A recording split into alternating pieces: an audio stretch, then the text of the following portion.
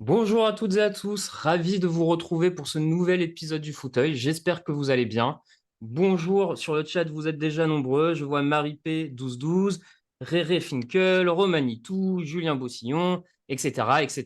Bonjour à tous. Merci d'être là encore une nouvelle semaine pour un nouveau fauteuil. On est très très heureux de vous retrouver après une belle première semaine et en espérant une belle deuxième semaine. Et avec moi cette semaine, vous l'avez tout de suite vu, je n'ai pas Victor Rouillet, j'ai décidé de changer. Certains l'ont trop critiqué sur les réseaux sociaux, donc je me suis dit que j'allais aller chercher un accent plus chantant, un peu plus de soleil dans l'émission. Et du coup, j'ai décidé de ramener mon collègue Jean-Michel Boujard. Salut Jean-Mi, comment ça va? Bah, ça va bien, hein. Salut Raphaël, salut Camille et bonsoir tout le monde. Ouais, ouais, en pleine forme. Eh ben super. Et bien sûr, tu l'as dit, on n'oublie pas Camille qui est à la technique de l'émission, sans qui on aurait du mal à faire tout ce live et tout ce que vous allez voir au cours de l'émission. Donc encore une fois, merci Camille et j'espère que ça va. Bah ouais, salut à tous, salut. Eh ben super. Et bien entendu, l'émission vous est présentée, vous le savez, vous le voyez sur vos écrans, par Unibet, notre partenaire pour les paris NFL. N'hésitez pas, sur le chat, il y a les liens pour aller faire les paris, que ce soit sur le site ou l'application Unibet. Donc n'hésitez pas. Et bien entendu, jouez raisonnable. Et là encore, n'hésitez pas à vous faire aider si vous sentez que la situation peut un peu déraper certaines fois. Voilà, vous avez toutes les infos qu'il vous faut, soit sur le site de Touchdown Actu, soit sur le site directement d'Unibet. Donc c'est parti. Et bien sûr, je me permets, donc Camille, si tu pourras envoyer un moment quand tu peux sur le chat les liens de soutien de Touchdown Actu, donc Tipeee, les réseaux sociaux, les plateformes de podcast. N'hésitez pas à aller nous soutenir sur ces différentes plateformes. C'est toujours important et notamment sur les podcasts. Si vous voulez mettre des étoiles sur Apple Podcasts, etc., ça nous permet d'être mieux référencés et d'être encore plus présents, on l'espère, toujours avec vous. Jean-Mi, t'es prêt? Oui. Allez, let's go. Oui, Eh ben, chaud, chaud. Eh ben, on y va. Alors, on part directement sur l'actu du jour. L'actu du jour, on va faire un petit tour des blessés à l'heure actuelle, donc ceux qui ne joueront pas ce week-end. Écoute, on a une liste d'une quinzaine de noms, hein. Il y a quand même beaucoup, beaucoup de blessés déjà pour ce début de saison. On peut passer peut-être sur notamment deux équipes, à mon sens, de l'AFC West qui sont pas mal impactées par les blessures.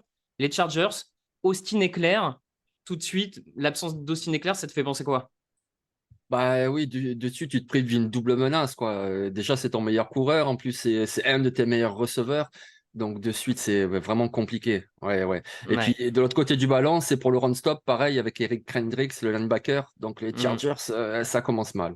Ouais, ça commence mal, d'autant plus qu'on voit en défense, hein, tu mentionnais Kendricks, mais la tôle qu'a pris la défense des Chargers la semaine dernière contre les Dolphins, c'est sûr que c'est pas rassurant d'avoir à nouveau des blessures côté défense. Je mentionnais une deuxième équipe de la FC West, on peut parler des Raiders aussi. Absence de Chandler Jones, Ah, peut-être un peu moins surprenante, mais surtout Jacoby Myers, le receveur, qui avait fait un très beau premier match. c'est ça, exactement. En plus, c'est vraiment le joueur de McDaniels. Il connaît très bien ses schémas, ses systèmes. Mais on l'a vu en première semaine, voilà, il s'est fait agresser par un joueur des Broncos et donc il est en protocole commotion, il peut pas jouer cette semaine. Donc ouais, c'est une grosse perte. Ouais, ouais, ouais, c'est vraiment grosse perte aussi, je trouve. Ça avait bien commencé en plus la semaine dernière. Et puis, bien entendu, on a les habitués de cette chronique, hein, les Baltimore Ravens, qui sont déjà Ah ouais. privés de Ronnie Stanley, Tyler Linderbaum, Marcus Williams. Alors, pardon, pour ceux qui découvrent encore un Ronnie Stanley, on parle donc du tackle offensif, Linderbaum du centre, Marcus Williams, leur safety titulaire, et on a également Marlon Humphrey, cornerback titulaire. Deux gros joueurs en défense, deux gros joueurs en attaque. Qu'est-ce qui se passe à Baltimore, Jean-Mi? Ah ouais, franchement, je sais pas si c'est un problème de préparation ou juste pas de chance, mais voilà, dès la semaine 2, tu perds quatre titulaires majeurs en plus, juste au moment d'affronter les Bengals, il y a mieux quand même, hein. Ouais, ouais, non, mais franchement, les Baltimore, pour leurs fans, c'est assez déprimant tout ça. C'est vraiment compliqué. Et puis peut-être on peut finir cette rubrique blessure. Seattle ou les Texans, c'est vrai que du côté de Seattle, bon, Jamal Adams, on commence à avoir l'habitude de plus trop le voir sur le terrain malheureusement, mais on a quand même Charles Cross, le tackle Ouais. offensif. C'est quand même une perte pour cette ligne offensive. Et du côté des Texans, on a Jalen Pitre, le safety, Jimmy Ward. Et alors, je ne sais pas si tu as suivi, j'ai entendu dire que CJ Stroud était incertain pour le moment. Je surveille ça, je surveille ça. N'hésitez pas non plus si vous voyez l'info passer sur le chat, mais j'ai vu que CJ Stroud est incertain pour le match, ce qui serait dommage pour un quarterback rookie de rater déjà le deuxième match. Bon, on Ouais, va. ouais. Moi, j'ai check il y a 10 minutes à peu près, et donc j'ai vu, oui, il est questionnable, comme ils disent, mais a priori, il devrait jouer, je pense, hein, CJ Stroud. Bon. Par contre, pour la secondary, c'est quand même vraiment dommage parce que sur la ligne arrière, tu perds deux joueurs d'un coup comme ça, comme Pitré et comme Jimmy Ward. Vraiment, ça fait mal pour les Texans. Ça, c'est encore plus dommageable. Ouais, je suis d'accord. Et, Est-ce que... Vas-y, continue, pardon. non, j'allais dire, et comme tu as parlé de Charles Cross, évidemment, juste au moment où tu vas affronter les Lions et le pass rusher Edan Hutchinson, Hutchinson, du coup, tu perds ton tackle titulaire. Donc, ouais, il va falloir trouver des solutions à Seattle. Ouais, non, effectivement. Ça s'annonce pas assez compliqué pour toutes ces équipes. Est-ce qu'il y avait une dernière blessure que tu as notée ou que tu as pu remarquer où tu dis, oula, ça va vraiment impacter le résultat ce soir ou on poursuit? Oh, il y en a quelques-unes, peut-être Taylor Decker des Lions ou, ouais, qu'est-ce qu'on a encore? Carlton Davis des Buccaneers. C'est quand même leur cornerback numéro un. Hmm. Ouais, non, effectivement.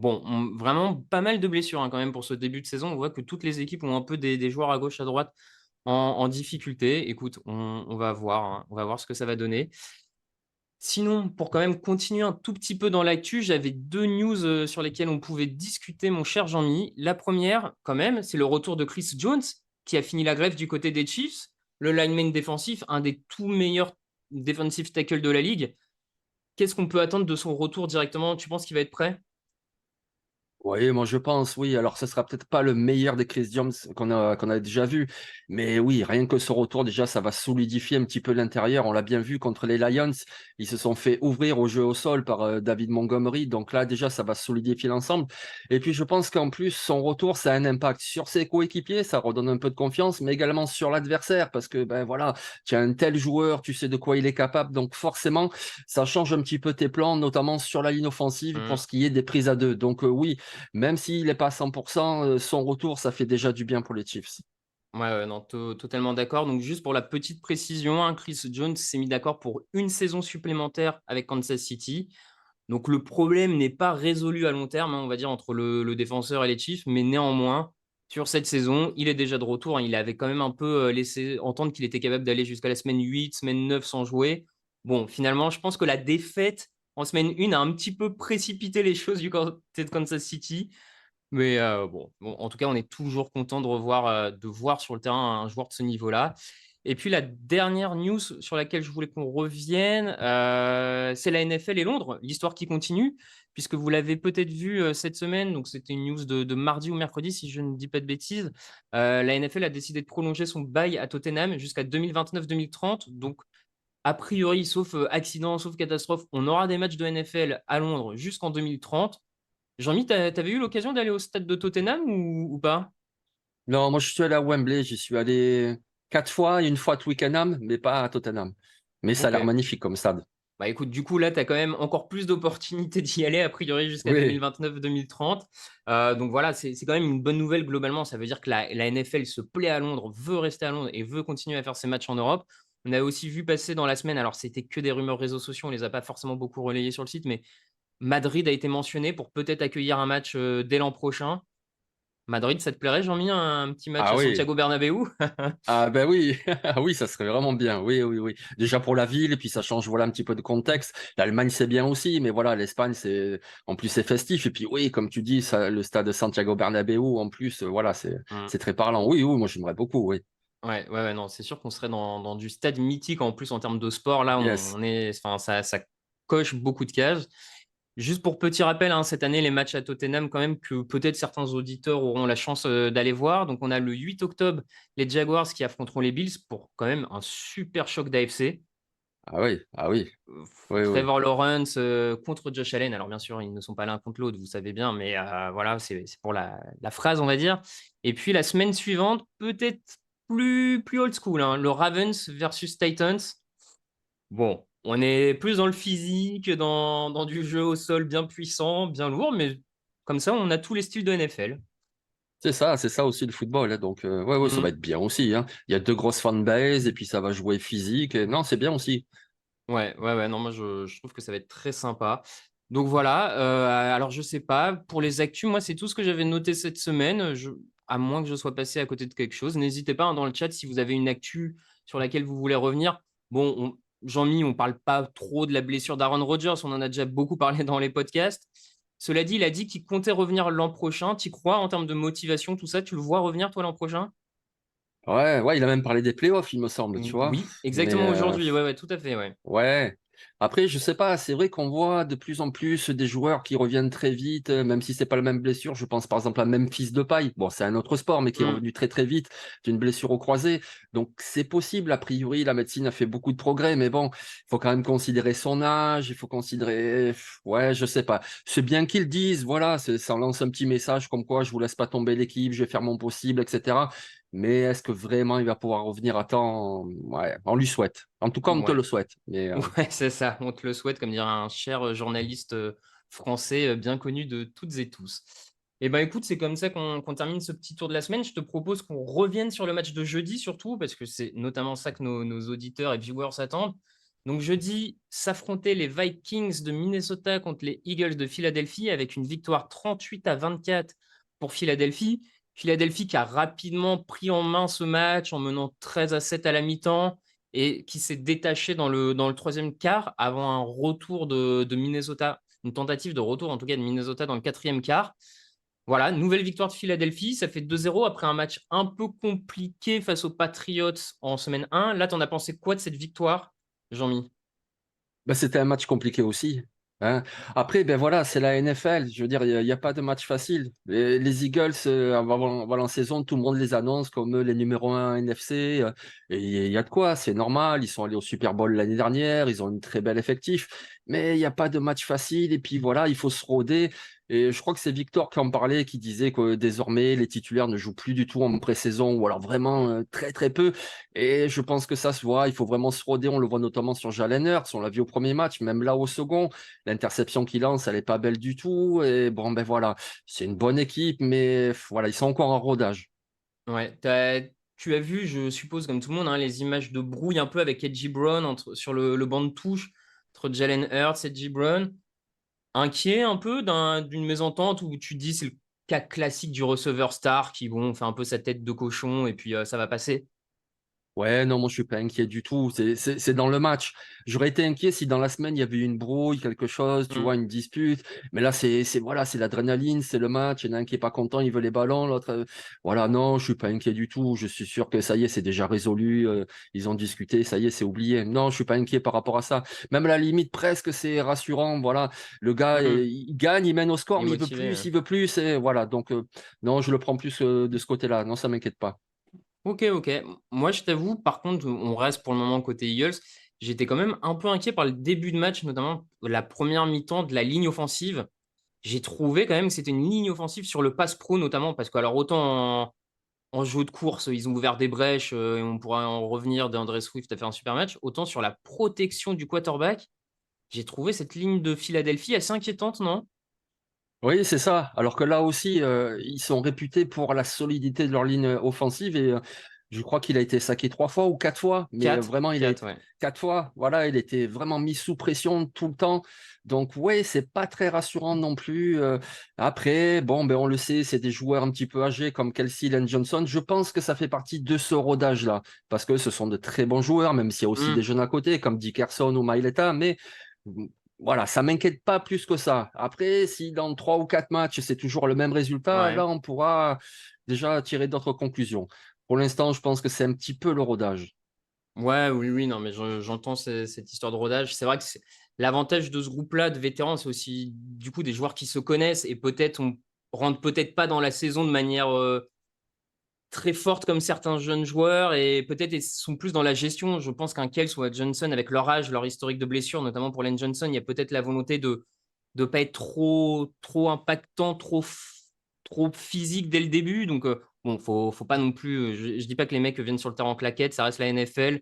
Si tu montes sur le terrain en claquette, je pense que ça se passe mal pour toi. Mais oui, oui, je rejoins le côté. Bon, des vétérans en gestion, ça peut s'améliorer. Par contre, sur le jeu de course, c'est resté de top niveau. On a un DeAndre Swift qui fait 28 courses, 175 yards, un touchdown. Au total, les Eagles sur ce match gagnent 259 yards pour 48 portées. Est-ce que ce jeu de course, quand il est comme ça, est vraiment stoppable? Quand la ligne est à ce niveau-là? Bah, forcément, c'est compliqué. Mais bon, après, on va parler des Vikings. Je pense qu'il y aura d'autres D-line qui pourront mieux les arrêter parce qu'il Mm. y a ça aussi qui rentre en jeu, hein. Mais oui, voilà. De toute façon, on le sait, Philadelphie, on l'a déjà vu l'année dernière, c'est une équipe qui court beaucoup. Ils ont la ligne offensive pour ça. Ils ont les coureurs pour ça, puisqu'ils ont fait venir DeAndre Swift, Boston Scott, petit mais costaud. Mm. C'est quand même pas mauvais non plus. Donc, ben, courir, courir, courir. Le quarterback qui court aussi. Et puis, de temps en temps, ben, punir l'adversaire avec une réception longue, ils ont eu une flèche avec Devonta Smith, mais sinon, c'est beaucoup courir, c'est leur façon de jouer. Donc, Ouais. ouais, ils sont difficilement arrêtables au sol. Ouais, non, et comme tu dis, c'est leur identité. Alors, tu disais, les Vikings, ils rencontreront des équipes avec des lignes défensives plus fortes que celles des Vikings, aucun doute là-dessus. Donc, je suppose pas rassuré par la défense de Minnesota de ton côté? Non, vraiment pas. Enfin, pour l'instant, vraiment pas. Ben, de toute façon, voilà, comme tu l'as dit, ils ont encaissé 259 yards au sol là contre Philadelphie, mais c'était pareil le premier match contre les Buccaneers. Ils avaient Alors, l'attaque au sol des Buccaneers, c'est pas de la même qualité, mais ils avaient déjà souffert. Et puis, peut-être qu'il y a un problème de schéma. Alors, je vais pas me permettre, je suis pas entraîneur, etc. Mais normalement, c'est une défense organisée en 3-4. Mais quand tu regardes les faits, quand tu regardes les snaps joués, c'est plus du 2-4-5. Et Mm. donc, sur le premier rideau, voilà, tu as Dean Laurie, tu as Harrison Phillips. Ce sont deux bons joueurs, mais ils sont plutôt seuls. Je veux bien qu'il y ait Hunter et Wonnum sur les côtés. Tu as deux linebackers derrière. Mais du coup, ça suffit pas, ce 2-4-5. Ils se font enfoncer, enfoncer, enfoncer. C'est ce qu'on a vu là. Donc, ouais, je pense que peut-être il faut corriger un tout petit peu le schéma, au moins sur première tentative. Moi, ça m'a choqué, quoi. Ce Ouais. système défensif, il n'est pas fait pour contrer le sol. Je veux bien que ce soit une ligue aérienne, mais quand même. Oui, oui, non, mais je suis d'accord avec toi. Sur le sol, on sent que les schémas étaient absolument pas adaptés. Et même moi, j'ai même envie de te dire que sur le jeu de passe, j'ai quand même trouvé qu'il y avait une surutilisation du blitz. Enfin, vraiment, c'était bon. Ça, à certains égards, ça réussit, hein. Tu as quand même un Daniel Hunter qui sort avec 3 sacs du match. Donc, Oui, il a un joueur capable de. Il utilise le blitz parce qu'il a un top défenseur capable d'aller d'exploiter ça très bien. Mais j'ai quand même trouvé que malgré tout, c'était beaucoup, beaucoup de blitz et on espère que ça passe. Et si ça passe pas, bah, on prie un peu et on croise les doigts. Et bon, je suis pas convaincu que ça tienne toute la saison comme ça. Le blitz, de toute façon, c'était déjà un des problèmes de Brian Flores à Miami, à mon sens. J'ai l'impression qu'il continue un peu dans ce genre-là. Écoute, on va voir. Et c'est dommage que la défense tienne pas parce qu'encore une fois, l'attaque n'a pas été si mal quand même, l'attaque portée par Kirk Cousins. ben oui, Kirk Cousins, il fait globalement un bon match. Je veux dire, voilà, il fait ce qu'il a à faire. En plus, il a quand même de sacrés receveurs à disposition. Justin Jefferson, je veux bien qu'il relâche un ballon au moment donné, mais sinon, il fait quand même un gros match. Le rookie Jordan Hmm. Addison, il montre pourquoi il était un premier tour de la draft. TJ Hawkinson, il montre pourquoi ils l'ont fait venir par transfert depuis Détroit. C'est vraiment un bon joueur. Par contre, moi, j'ai un problème avec cette attaque des Vikings, c'est que je trouve qu'elle est trop déséquilibrée. Voilà. Ok. Le premier match face aux Buccaneers, ils ont tenté 44 passes pour 17 courses. Face aux Eagles, ils ont tenté 44 passes pour 9 courses.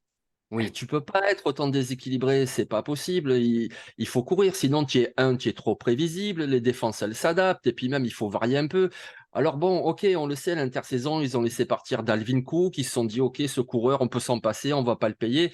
Alors, quand tu vois les stats là, tu peux te dire, ah ben oui, ils vont pas payer un coureur, vu qu'ils courent pas, ils font que lancer. Oui, c'est sûr, pour 9 courses, ouais. Mais bon, je pense que s'ils ont laissé partir Dalvin Cook, c'est qu'ils pensaient que Mattison, ça serait mieux que ça. Mais bon, il lui donne pas de portée. Puis Mattison, les peu de portée qu'il a, ben, pour l'instant, il a montré que c'était un bon numéro 2. Mais pour l'instant, il n'arrive pas à franchir le cap du Hmm. numéro 1. Et puis, de toute façon, je pense, hein, il faut rééquilibrer ce schéma. Tu peux pas faire 40 passes et 10 courses. C'est pas possible. Il faut équilibrer un petit peu. Donc là aussi, il y a des choses à travailler, à mon avis. Ouais, ouais, non, mais je te rejoins. C'est vrai que, pareil, j'ai beau en plus être quelqu'un qui préfère un peu le jeu de passe et qui a tendance à penser qu'il faut aller chercher le match dans le jeu aérien, dans le secteur aérien.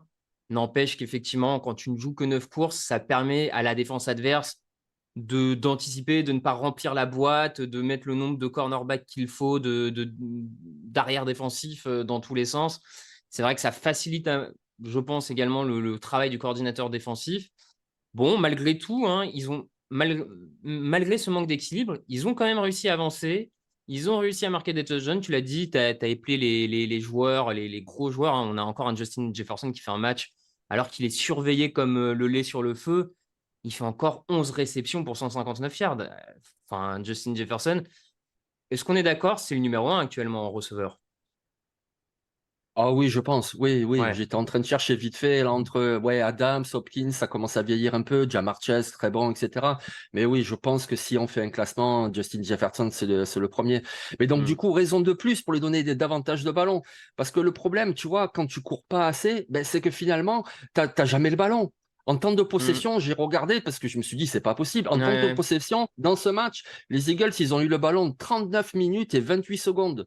Ce qui veut dire que les Vikings l'ont eu 20 minutes et Ouais, 32 c'est peu secondes. pour. C'est pas assez. Voilà. Si tu augmentes un peu ton temps de possession en attaque, ben Justin Jefferson, il aura plus de ballons et tu auras plus de chances de marquer. Donc, c'est pour ça aussi qu'il faut rééquilibrer. Il faut que tu aies le ballon en main. Donc, Ouais, ouais, non, c'est clair. Alors après, sur le temps de possession, faut avouer qu'ils se sont aussi tiré une balle dans le pied avec les 4 pertes de balles. oui, Forcément, quand tu as 4 pertes de balles, tes drives se finissent aussi bien plus tôt. Parce que vraiment, ouais, quand tu ouais. regardes malgré tout la physionomie du match, tu dis que ces Vikings-là, ils sont pas si loin de pouvoir faire quelque chose avec 4 pertes de balles, finir à 6 points de Philadelphie. Je trouve que, bon, alors les Vikings sont à 0-2, ils sont à 2 défaites, mais dans le contenu, notamment offensif, tu dis qu'il y a quand même une base solide. Enfin, il y a quelque chose à faire si tu règles tous les problèmes que tu décris, on est d'accord?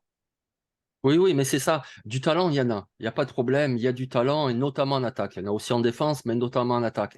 Mais tu vois, l'énoncé de ces 4 paires de balles, moi, j'ai une petite voix qui arrive. Tu sais, les vieux entraîneurs un peu à la Bill Belichick, etc., qui, tu pourras leur expliquer tous les schémas que tu veux. Ils vont te dire, ouais, mais à la fin, ça va se jouer sur les ballons gagnés, les ballons Ouais, perdus. Donc là, ils ont fait 4 pertes de balles. Et quand tu regardes le match contre les Bucks qui perdent à domicile, ils ont fait 3 pertes de balles. Ben, c'est trop, c'est trop. Ben mm, voilà, au final, tu peux avoir le schéma que tu veux, le receveur numéro un, tu peux avoir le Titan magnifique. Mais si tu perds le ballon, c'est terminé. En plus, ils les ont perdus, mais dans toutes les phases de jeu. Parce que il y a un partout. fumble, c'est un coureur. Le deuxième, c'est le ballon relâché de Jefferson. Il y a eu sur équipe spéciale. Il y a eu Kirk Cousins sur un strip sack, enfin voilà. De toutes les Ouais. façons, ils ont perdu des ballons. Donc c'est beaucoup trop. Les erreurs, voilà, corriger les erreurs et après on commence à parler tactique. Non, non, mais je te l'accorde. Après, corriger les erreurs, donc ça fait 7 fumbles en 2 matchs. Je ne sais Ouais, pas ce qu'il travaille à l'entraînement, mais visiblement pas la protection du ballon, c'est pas le premier truc, ouais. clairement. Tiens, je regardais juste dans le chat sur la question du meilleur receveur, c'est toujours une question qui fait débattre. On nous a, alors le seul nom qui est revenu pour contester la primauté, on va dire, accordée à Jefferson, c'est Tyreek Hill. Ah oui, c'est vrai, oui aussi, bien sûr. Oui, bien sûr. Ouais. Bon, je pense qu'on trouve que Justin Jefferson est plus complet, mais c'est sûr que quand tu as un Tyreek Hill qui peut te faire une différence comme ça d'un coup, oui, évidemment qu'il est dans la discussion aussi. Après, vous savez, les classements, voilà, c'est histoire de discuter. Le numéro un, il est peut-être numéro 2, numéro 3, ça se joue Mhm. là de toute Oui, bien façon, sûr, hein. bien sûr. Et alors, je me permets également parce qu'on a une question sur le fumble de Jefferson qui est fini en touchback. Alors là, pour le coup, Alain voudrait qu'on Mhm. francise beaucoup de mots, mais je vous avoue que touchback en français, je l'ai pas encore, j'ai pas encore trouvé comment on le décrit. Alors, pour expliquer rapidement, quand un joueur en attaque fait un fumble, perd le ballon, donc, et que le ballon ne sort pas, on va dire, sort du terrain, mais non pas avant la zone d'embut, mais après la zone d'embut, on considère que la balle est morte, on va dire ça comme ça, et que c'est un fumble qui revient finalement à la défense, et la défense repart, enfin la défense du coup redonne la balle, on va dire comme ça, à son attaque, qui elle part de ses 20 yards. Donc c'est presque un gain. Là, dans ce cas-là, Philadelphie a presque gagné 21 yards net, on va dire, 21 yards net pour repartir en attaque. Voilà, c'est une règle.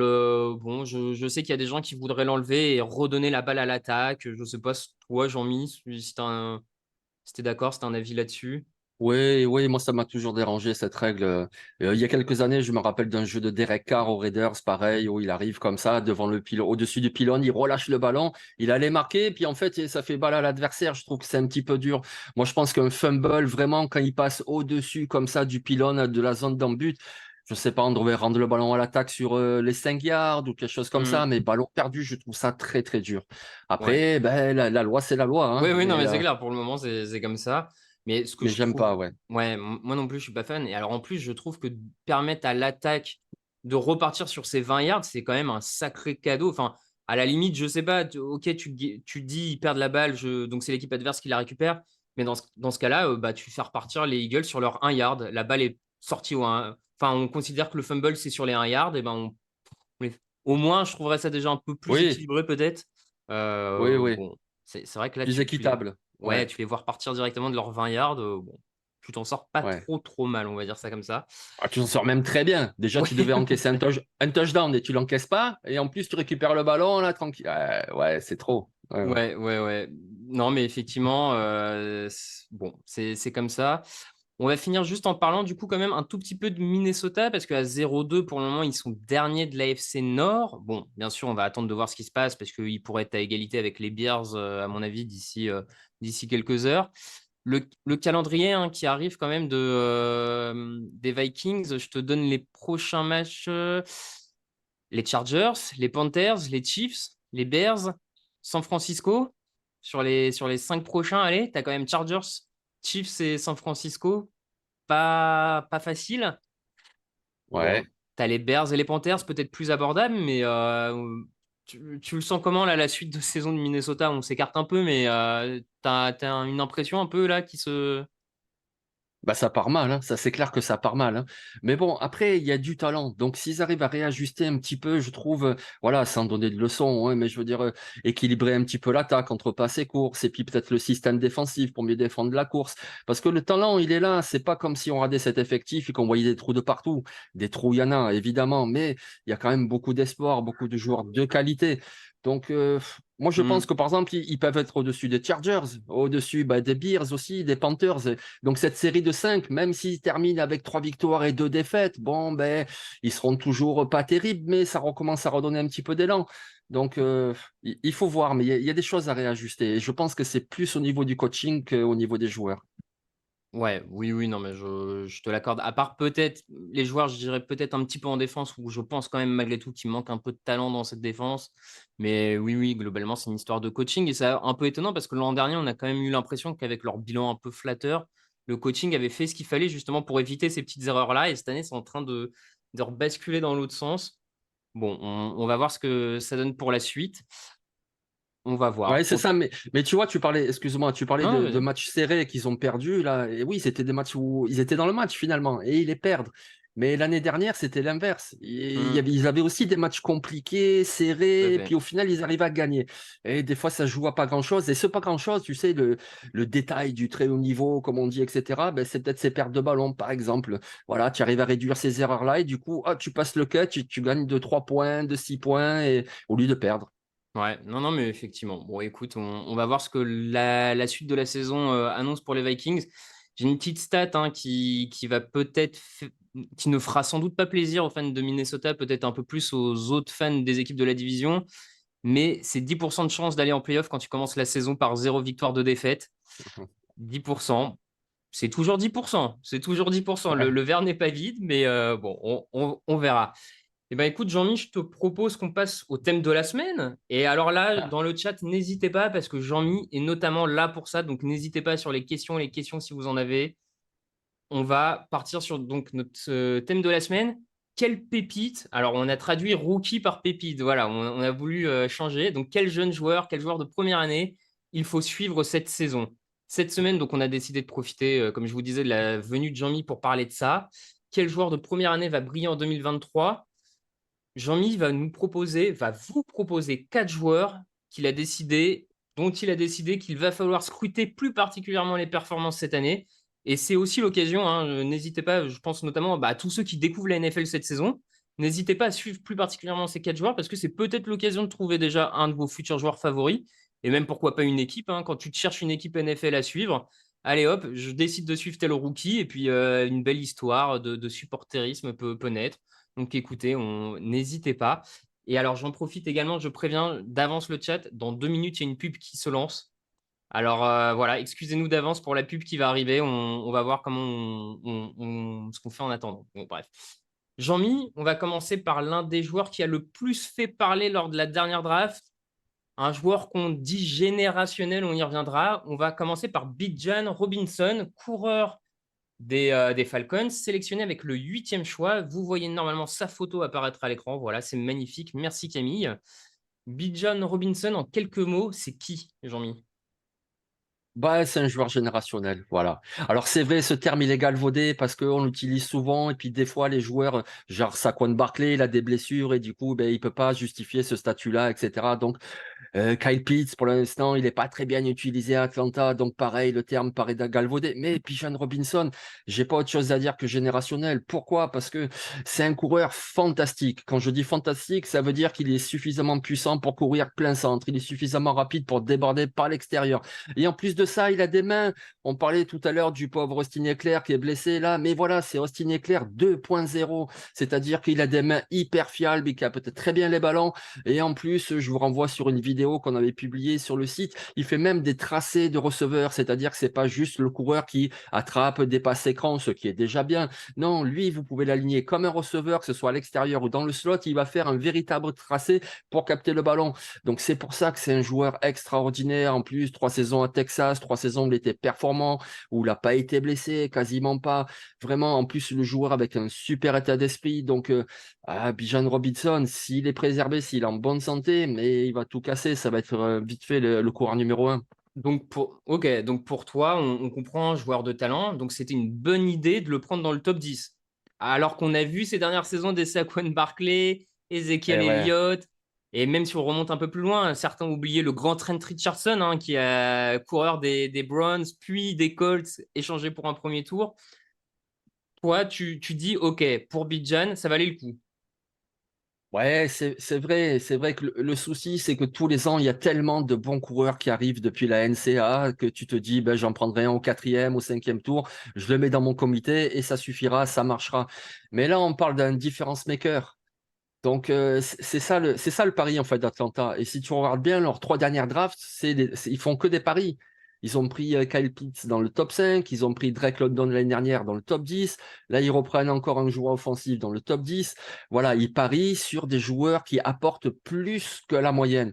Est-ce que ça marchera? Est-ce que ça marchera pas? Je sais pas. Mais après, tu sais, tu peux aussi dans le top 10 prendre un edge rusher ou un offensive tackle et ça devient Mhm. un bust aussi. Ça Bien. arrive également. Donc, à voir. Ouais, bien sûr. Alors attends, on va s'arrêter sur ce beau mot autour de Bijan, puisque je crois que nos viewers sont la pub. Donc on va laisser la pub passer. Normalement, ils t'ont entendu quasiment jusqu'au bout en disant que c'était une super idée de le prendre et qu'il valait le coup. On va vérifier. N'hésitez pas, hein, dans le chat à nous dire quand la pub est finie. Camille aura peut-être aussi un regard dessus et pourra bien nous indiquer. Et oui, Sarah, effectivement, on reste entre riches, hein, puisque les riches qui ont un abonnement peuvent continuer à nous entendre. Désolé, je pense que ce running gag va nous rester jusqu'à la fin de la saison, là, mais ouais, voilà. Écoute, hein, il faut faire ce qu'il faut, hein, faut mettre du beurre dans les épinards, hein, il faut bien, pour tout le monde, Jeff Bezos aussi, notamment, visiblement, il a besoin. Ah, Eh ouais. plein de gens n'ont pas de pub. Bon, alors c'est peut-être qu'ils ont des abonnements. Bon, bah, encore une fois, drôle de pari, je sais pas de pub. Et bah, écoutez, tant mieux si vous n'avez pas de pub. Ok, et ben on va continuer à parler de. N'hésitez pas, hein, si vous avez des questions sur le chat sur Bijan Robinson. Alors, peut-être dernière question sur Robinson. Est-ce que du coup, tu penses que les Falcons étaient la bonne équipe finalement pour qu'il Ah soit bah oui. drafté? Ah oui, moi je pense, oui, oui. Ah, attends, Je attends, pense que Jean-Mi, c'est. on a la pub. Désolé, on a la pub. Ah, ok. Ah là là.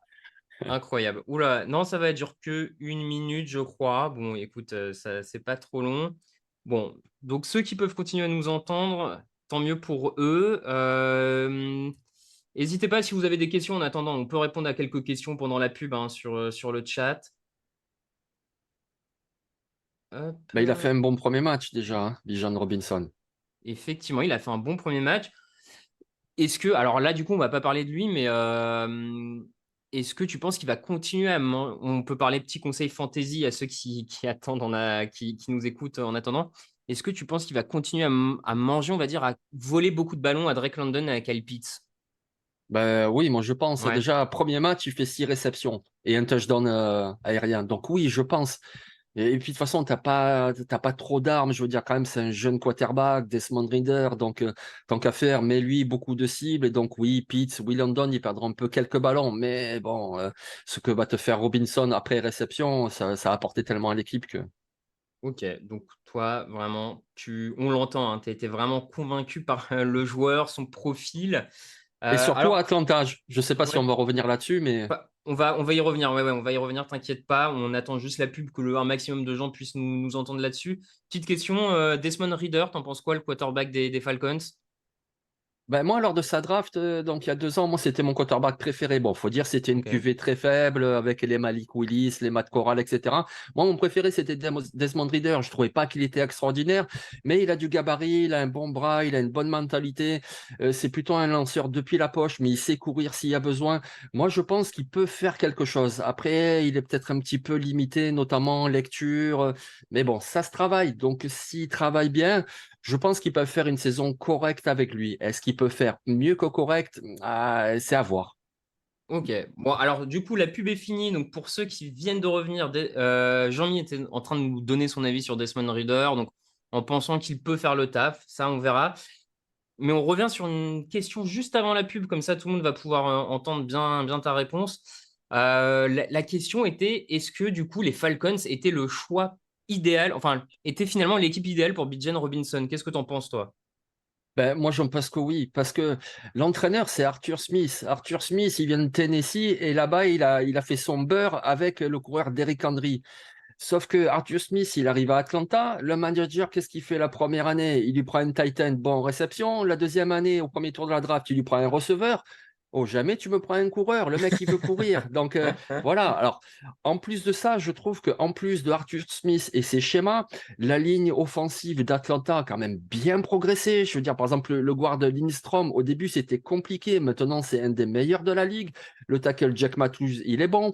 Le tackle McGarry, pareil, au début, c'était compliqué. Maintenant, il joue bien, donc ils ont une bonne ligne offensive. Et puis ensuite, voilà, ce qu'il y a de parfait aussi pour Bijan Robinson à Atlanta, c'est qu'ils ont déjà un coureur costaud. C'est Tyler Algier, voilà, pour lui donner vraiment Hmm. des portées, pour marteler les défenses. Et c'est comme ça qu'il jouait à Texas. Il y avait un coureur très costaud qui s'appelle Roschon Johnson, qui d'ailleurs a été drafté par Chicago. Il joue désormais pour les Bears. Et il formait ce tandem-là avec le costaud pour gagner les petits yards, etc. Et Bijan qui rentrait pour faire des différences au sol ou en réception. Et bien là, c'est pareil. Ils peuvent reproduire le même schéma. Donc, si tu ajoutes Arthur Smith, la ligne offensive et ce duo de coureurs, moi, Ouais, je pense qu'il est dans c'était la meilleure le. équipe possible. Ok, très bien. Du coup, ce que j'entends aussi quand tu parles d'Algeier, c'est que ça peut permettre finalement d'éviter que Robinson soit surutilisé, ce qui est une des craintes hein, quand tu as un coureur qu'il ait 40 portées par match et en 3 saisons, merci, au revoir. Donc pour toi, ça peut permettre d'éviter ça. C'est ça, exactement. Et je pense qu'Atlanta va s'inspirer de ce qui était fait à Texas. Alors là, j'ai plus les chiffres en tête, mais vous pourrez les retrouver mardi sur l'article à 13 heures de chez Zitan Espoir qui est sur Bijan Robinson. Et j'ai mis les chiffres. Il était beaucoup moins utilisé à Texas que ne l'était Saquon Barkley à Penn State, que ne l'était d'autres coureurs également dans leur université. J'ai mis quelques chiffres comme ça. Vous verrez, c'est assez édifiant.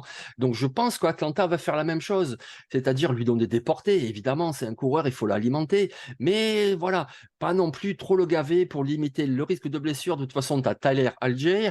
Et puis, tu peux te blesser après une réception, mais a Bien priori, sûr, ouais. tu évites un peu plus les chocs que si tu cours en plein milieu. Donc, du coup, il y a aussi ce côté, vu qu'il va être utilisé également dans le jeu aérien, ça peut limiter ce risque de blessure et lui permettre d'être là sur la longévité. Hmm.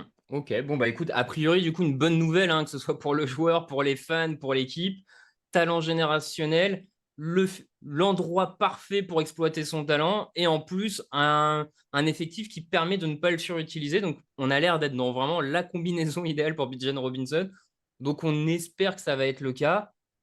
On le dit, hein, qui est le grand favori pour le titre de rookie offensif de l'année. Enfin, chez les bookmakers, chez tout le monde, il est numéro un. Et ce qu'on a vu en termes de talent sur le premier match, effectivement, on peut le comprendre. Ah, j'en profite, hein. Tu as beaucoup de remarques très positives, Jean-Mi, sur toi, dont notamment Zlatan ZZ qui dit quel plaisir d'écouter Jean-Michel. Et on a SPT Daddy Donio 1804, Jean-Mi, c'est le sang. Voilà. Oh, Ah là là. Et bien sûr, on a aussi beaucoup de commentaires très positifs sur l'accent marseillais. Marseillais ah. ou du Sud, peut-être. Peut-être pas Non, marseillais. Marseillais, hein. Ah, je suis Marseillais. à Eh Marseille, ben moi. voilà, Ouais. parfait. Deuxième candidat, et non des moindres, puisqu'il s'agit du numéro un de la dernière draft, Bryce Young, quarterback, sélectionné par les Panthers, donc avec le premier choix général. Pareil, là encore, est-ce que tu peux rapidement nous décrire Bryce Young, c'est qui, d'où il vient, le parcours un peu? Ah, ben lui, c'est tout simplement un parcours linéaire. C'est-à-dire, c'était la recrue lycéenne numéro un du pays. C'est un immense pays tout de même. Je veux dire, il était numéro un de tout le pays au lycée. Du coup, il va où? Il va à Alabama, qui à cette époque-là, cette année, c'est moins ça, mais à cette époque-là, c'était les numéros un. Il va à Alabama. Il patiente un petit peu. Il y avait encore Mac Jones, donc il apprend le système, etc. Il joue un petit peu, mais pas beaucoup. Et depuis les 2 saisons après, ben voilà, tout simplement, la saison suivante, première saison titulaire, il gagne le Heisman Trophy. Le Heisman Trophy, c'est le trophée qu'on remet à la fin de la saison au celui qui est considéré comme le meilleur joueur universitaire. Donc c'est Mm. vraiment linéaire. Le gars, c'est recrue lycéenne numéro 1. S'il va à Alabama et puis numéro 1 de la draft, voilà, c'est tout simplement le joueur qui est hyper doué. Ok, hyper doué. Alors, Hyper doué. j'en profite hein, parce que dans les commentaires, on a quand même quelqu'un qui nous met Kyler Murray 2.0. Alors, je ne sais pas si c'est une référence à la taille ou Je si pense. cette personne pense. La taille, effectivement, on a dit petit. Problème pour toi, cette taille? Bah, forcément, parce que quand il y a l'engagement, les linemen offensifs se redressent. Lui, il fait à peine 1,80 m, peut-être même un poil moins. Devant, il a que des géants devant lui. Forcément, pour voir au milieu du terrain, c'est un petit peu, enfin, ça semble un petit peu compliqué. Après, ben, il a joué quand même dans la meilleure conférence universitaire du pays et il n'a pas semblé avoir de problème. Mm. Si on prend l'exemple, par exemple, d'un Drew Brees, auquel il ressemble, je trouve, beaucoup plus qu'à Kyler Murray, parce qu'il n'est pas très, très mobile, Bryce Young. C'est vraiment un lanceur depuis la poche. Par exemple, je suis tombé sur une stat avec Alabama, 88% de ses passes l'ont été depuis la poche. Ah Voilà, il peut ouais. bouger un petit peu comme ça, Mm. mais sinon, c'est vraiment un lanceur depuis la poche. Et on a bien vu, Drew Brees en NFL, il a fait une carrière extraordinaire et pourtant, il avait le même genre de taille. Donc, tu peux quand même trouver des solutions pour trouver tes lectures, faire tes lectures et trouver tes lignes de passe. Donc, oui, forcément, ça interroge. Tiens, j'ai retrouvé autre chose de rigolo. Depuis 1970, il y a 522 quarterbacks qui ont été draftés en NFL. Ben, sur 570, sur 522, pardon, il n'y avait Mm. que 30 qui faisaient 1,82 m ou moins. Voilà, 30 sur 500 et quelques. Donc, c'est que vraiment, à NFL, si tu n'es pas grand au poste de Oui, quarterback, on il ne y te a des prend pas. normes. Ouais, ouais. Voilà. Mais quelque part, ça veut dire aussi pourquoi.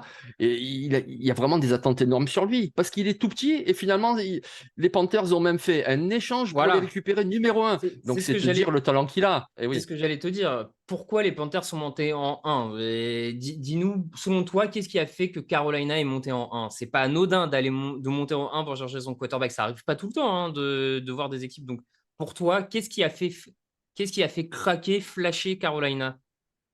Bah, en gros, Bryce Young, tu lui rajoutes 10 centimètres et 10 kilos de plus. Et là aussi, on parle de joueur générationnel. Alors après, je veux bien, c'est un débat qui ne résiste pas parce que s'il était plus grand et plus costaud, peut-être qu'il ne Hmm. jouerait pas pareil. Mais je veux dire par là que s'il n'y avait pas ce truc, ouais, mais il est petit, il est frêle, etc., il fait tout bien. Il fait tout bien. En fait, Bryce Young, tu le regardes jouer et il fait pas d'erreur.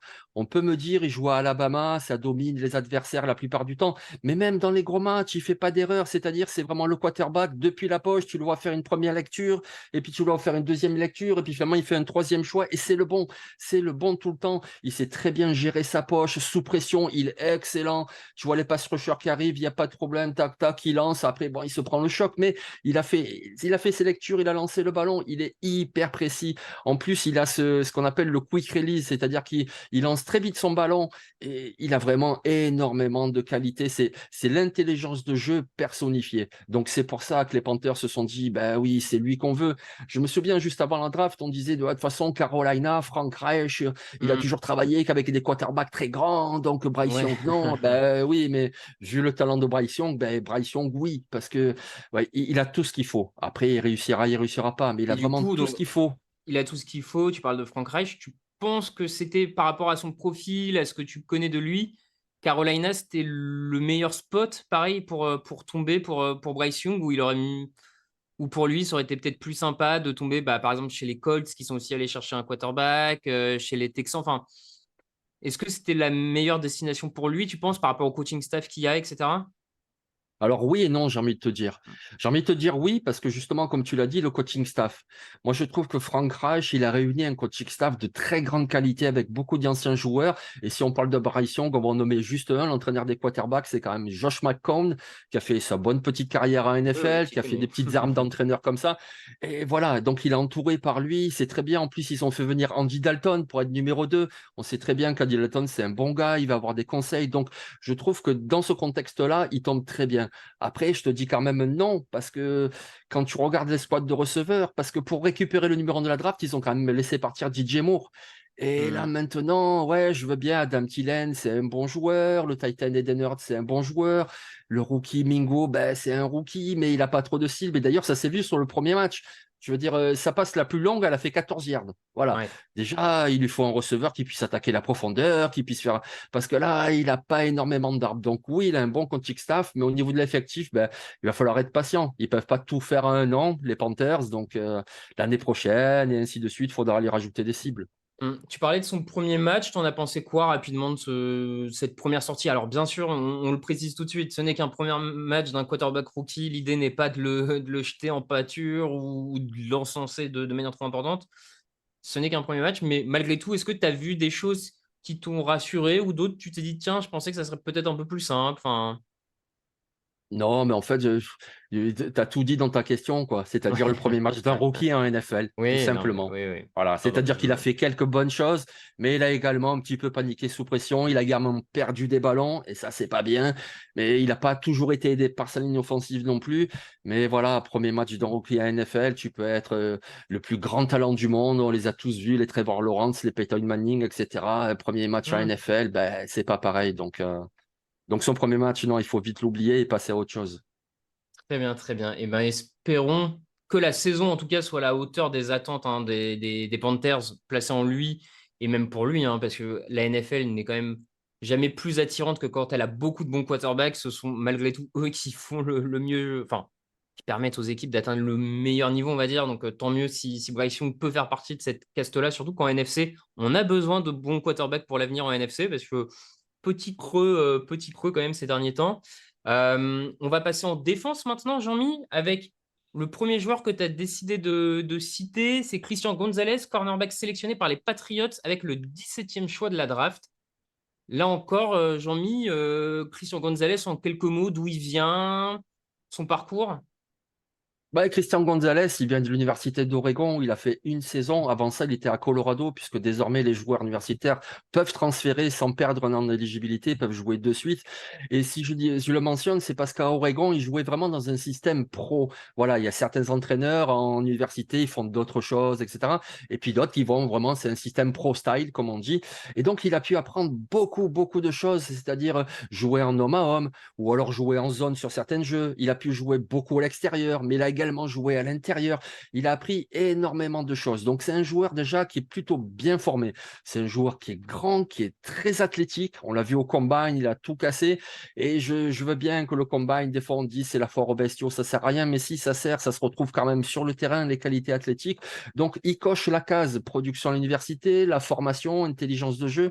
Et puis, voilà, les qualités athlétiques. Donc, ouais, c'est un super joueur. On pensait qu'il partirait un petit peu plus haut. Moi, Voilà, personnellement, je le volais aux Raiders à 7, mais voilà, il est parti un peu plus ça tard. allait C'est vraiment un être, super joueur. pardon, hein, mais ça allait être un peu ma question suivante. C'est que là, tu nous décris quand même un joli profil de joueur, de rookie, de joueur de première année. Mais du coup, pourquoi finalement il n'est choisi que troisième cornerback à la draft?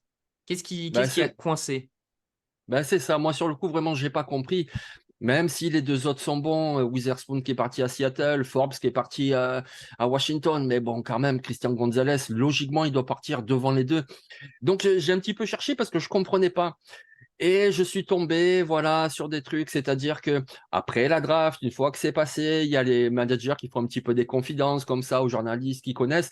Et là, on a appris. Ils ont dit qu'en fait, Christian Gonzalez n'avait pas cette mentalité de l'alpha dog. Tu sais, le mâle dominant, dominateur, et il est trop humble, il est trop Hmm. gentil. Alors nous, ça en Europe, on aime bien le gars qui se la raconte pas, qui est bon sur le Ouais, oui, c'est terrain, vrai qui que se c'est tait. plus ouais. Voilà, mais aux États-Unis, non. Aux États-Unis, ils aiment les Jalen Ramsey qui vont faire du trash talk tout le temps, qui vont défier les adversaires, qui vont dire c'est moi le meilleur, vous allez voir. Et Christian Gonzalez, c'est pas du tout cette mentalité. Par exemple, il y a une anecdote qui est sortie comme ça, c'est par rapport à Mike Tomlin, l'entraîneur des Steelers. Alors, il aurait confié, puisqu'il a reçu en entretien, Mhm. il aurait confié que non, ce joueur, il n'a pas une mentalité assez compétitive. Et je vais te donner l'exemple, tu vois, pour nous Européens, on se dit quoi pour ça? Mais pour les Américains, en fait, tu lui poses la question, on lui dit, mais pourquoi tu es parti de Colorado pour aller à Oregon? pour ceux qui ne suivent pas le football universitaire, Oregon, c'est au-dessus. Voilà, c'est un étage au-dessus. Donc, Mmh. Mike Tomlin, quand il lui pose cette question, il s'attend à ce que Christian Gonzalez lui dise ben, parce que je voulais franchir un palier, montrer que j'ai le niveau, parce que je suis le meilleur, je suis ceci, je suis cela. Et en fait, Christian Gonzalez, il lui répond ben, en fait, il y a mon entraîneur des cornerbacks qui est parti de Colorado, qui va à Oregon, je l'aime beaucoup, donc c'est pour ça que je suis allé là-bas. Alors, nous, ça nous convient en Europe, mais aux États-Unis, ben, Mike Tomlin, il aurait dit, ouais, mais ça, c'est pas une mentalité assez compétitive, donc ben, j'en veux pas. Et du coup, de ce que j'ai compris, c'est comme ça que Christian Gonzalez, petit à petit, D'accord, a glissé. intéressant, c'est marrant. Et si tu veux, pourquoi je pense que les Patriots, eux, n'ont pas hésité, c'est pour deux raisons. Déjà, parce qu'au choix 17, un tel joueur, ben, tu ne le laisses pas passer. Et ensuite, parce que ils ont très bien connu Stephon Gilmore dans leur franchise, qui a fait 2 saisons fantastiques aux Patriots. Et Stephon Gilmore, c'est le même. C'est-à-dire que sur un Tout à terrain, fait. il parle pas. En dehors du terrain, il parle pas. Il se la raconte pas. Mais par contre, il est bon sur le terrain. Donc, ils se sont dit, voilà, on a eu Gilmore qui avait ces qualités-là. Lui nous présente à peu près le même profil. Donc, allez, on le Ok, prend. donc au-delà du profil, et d'ailleurs, parce que c'est une question d'Other Skill sur le chat, au-delà du profil là, un peu comportemental, pour toi, Gilmore Gonzalez aussi à peu près les mêmes qualités de cornerback ou pas?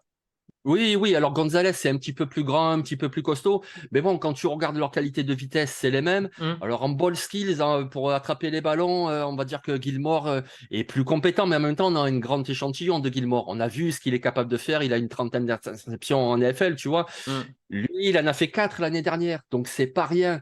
Mais les années d'avant, il n'en avait pas trop fait, donc on va attendre un petit peu. Donc pour l'instant, je dirais que Gonzalez est plus athlétique et Gilmore est un petit peu meilleur au niveau des lectures, des angles et pour rattraper les ballons. Mais l'un dans Ok. l'autre, ils ont à peu près le même profil. Ok. Et du coup, le plafond pour toi de Gonzalez, c'est quoi? Jusqu'où tu penses qu'il peut aller? Est-ce que ça peut être un pro bowler régulier, même un all pro? Enfin.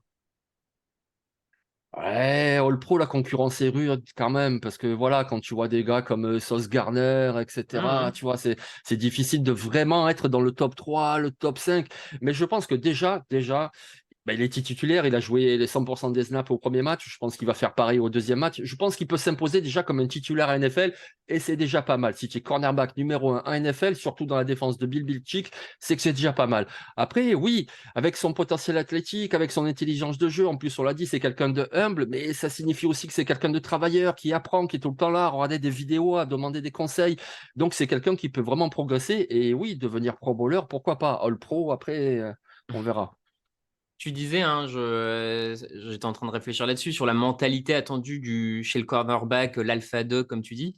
Je me demande des mêmes, est-ce que c'est pas finalement, ils ne sont pas obligés dans cette position-là à cause des receveurs qui, pour le coup, eux, sont souvent les joueurs les plus grandes gueules. Enfin, je veux dire, des Terrell Owens, des Randy Moss, des Dez Bryant, enfin, il y en a tellement que je me demande à quel point, en fait, t'es pas obligé, quand tu es cornerback, on n'attend pas à ce que tu sois comme ça parce que les gars que tu as face à toi, c'est pas des. Enfin, ils vont essayer de t'enfoncer mentalement, en fait. Enfin, C'est ça. Et puis, tu vois, là, tu parles de l'aspect mental qui est très important, mais même au niveau du terrain. C'est-à-dire, c'est quoi un cornerback? Un cornerback, je veux dire, c'est très compliqué déjà. Comme position, c'est peut-être la plus Mhm. difficile. Après, Ouais. bon, voilà. Mais c'est surtout, voilà, prends un schéma. Le cornerback, sur un jeu, il se fait complètement brûler et il concède une réception de 20 yards. Sauf que le jeu d'après, il faut qu'il soit décisif. Et c'est pour ça que si tu as une mentalité de ouais, mais c'est moi le meilleur, c'est moi ci, c'est moi là, forcément, ben là, tu viens de te faire brûler, mais tu l'oublies de suite parce que tu penses que Mhm. tu es le meilleur. Et sur le jeu suivant, tu es à nouveau compétitif. Alors, je dis pas que c'est la vérité, je dis juste que c'est comme ça qu'ils envisagent. C'est pour ça qu'ils veulent voilà, des gars qui sont un peu hyper confiants à la limite de l'arrogance, comme un Jalen Ramsey, comme un Sauce Gardner, parce que même s'ils se font avoir sur une réception, dès le jeu suivant, ils sont à nouveau opérationnels dans leur tête pour être c'est bon, je suis le meilleur, je vais l'arrêter. Et Christian Gonzalez, ben, a priori, il n'a pas montré ça. Bon, écoute, peut-être que ça va venir aussi avec le temps, hein. Peut-être qu'il va prendre un peu en confiance dans le vestiaire de Bill Belichick, qui, cela dit, Oui, Bill Belichick n'aime pas forcément les grandes gueules de manière particulière, hein. C'est pas son style. voilà. Donc, peut-être qu'il est Et tombé tu peux finalement dans. réussir, Hmm. et comme on le disait, tu peux réussir en étant aussi quelqu'un de humble, tranquille, comme un Stéphane Gilmore qui fait quand même une superbe carrière. Donc, Ouais, non, non, mais je te l'accorde. Eh bien, Jean-Mi, on va passer au dernier rookie de cette liste. Le dernier qu'on va scruter à la loupe, on va dire ça comme ça. Will McDonald, le numéro 4, le fourth. Edge rusher, sélectionné par les Jets avec le 15e choix. Alors, j'ai été voir, par curiosité, j'ai vu que dans le big board, donc dans le tableau que fait Touchdown Actu avant la draft, où vous classez un peu les 50, 60 joueurs les plus attendus, vous aviez McDonald que 46e dans ce classement. Donc, pourquoi finalement on le retrouve au premier tour? Qu'est-ce qui s'est passé? Ouais, ouais, ben, je pense que c'est un concours de circonstances. Après, Robert Saleh, après la draft, a dit non, non, mais de toute façon, même si on était à 13, on aurait pris McDonald's. J'y crois pas une seule seconde, mais bon, voilà, c'est le jeu. Puis de toute façon, il valorise son joueur. Mais qu'est-ce qui s'est passé? Moi, je pense que c'est un joueur qui a montré beaucoup de qualité, que ce soit à l'université, au Senior Bowl, il a été très bon, au NFL Combine, il a été très bon. Mais pourquoi il était projeté beaucoup plus tard que le choix numéro 15? C'est parce qu'en fait, déjà, il est fin physiquement. Il est grand, il est très élancé, etc. Mais il a quand même beaucoup de gabarits à prendre parce qu'en NFL, ça pardonnera pas. Il y a déjà ce travail-là. Ensuite, il est un petit peu unidimensionnel. Alors oui, c'est aussi de peser contre la course en université, mais c'est surtout un pass rusher. Et c'est très important, un pass rusher, bien entendu. Mais on peut pas dire que c'est un profil très complet. C'est pas un Will Anderson qui est parti à Houston, par exemple. Il a besoin aussi de travail comme ça, ce joueur. Donc, c'est pour ça qu'il avait une bonne cote, mais pas aussi haut que ça. Mais après, qu'est-ce qui Ok. s'est passé? Ben, moi, je pense, même si Robert Saleh nous dit le contraire, que les Jets voulaient un tackle offensif. Sauf que les Steelers ont fait un échange avec les Patriots pour passer juste devant les Jets et prendre un tackle offensif. C'est ça aussi le jeu de la draft, des Mhm. échanges, parce que voilà, quand les équipes montent ou descendent à la draft, quand elles montent, c'est souvent pour passer devant une équipe en se disant, moi, je voudrais tel joueur, j'ai peur que cette équipe le prenne, donc je vais prendre un échange avec l'équipe qui est au-dessus. Et je pense que c'est ce qui s'est passé. Pittsburgh a pris le tackle Broderick Jones et du coup les Jets se sont dit bon ben voilà il y a déjà les trois meilleurs tackles offensifs qui sont partis, qu'est-ce qu'on fait pas, et ils y sont allés sur une position qui est très importante, edge rusher, et du coup ils ont pris Wally McDonald. Ouais, ouais, non, et totalement, totalement. J'entends ce scénario. Je regardais également dimanche dernier, début timide hein, pour McDonald's. Et il fait 13 snaps, pardon. Il joue sur 13 snaps quand Will Anderson, donc autre edge rusher qui lui a été sélectionné en numéro 2 par les Texans, en a joué un peu plus de 40. Du coup, là, la question qui me vient, c'est est-ce que tu penses vraiment que là, cette saison, McDonald's peut se faire une place chez les Jets cette saison? Ben, ça dépend de quelle place tu parles en fait. Si c'est une place dans la rotation, oui, mais si c'est vraiment une place de titulaire à jouer 60% des snaps défensifs, je pense pas. Parce que de toute façon, c'est aussi pour ça que les fans se sont dit, mais quoi, pourquoi McDonald's? C'est parce que ils ont déjà beaucoup de joueurs. Tu as John Franklin Myers qui est assez sous-médiatisé, mais qui est un très bon joueur d'un côté. De l'autre côté, tu as le premier tour de l'année dernière, Jermaine Johnson. Tu as aussi Carl Lawson, tu as aussi Hmm. Bryce Huff. Bref, ils Et ont en des plus, pass pardon, rushers. mais Carl Lawson n'était pas là la semaine dernière. Il va revenir aussi, donc il va encore prendre du temps de jeu, on va dire ça comme ça, à McDonald's. Voilà. Mais vas-y, je te laisse continuer, pardon.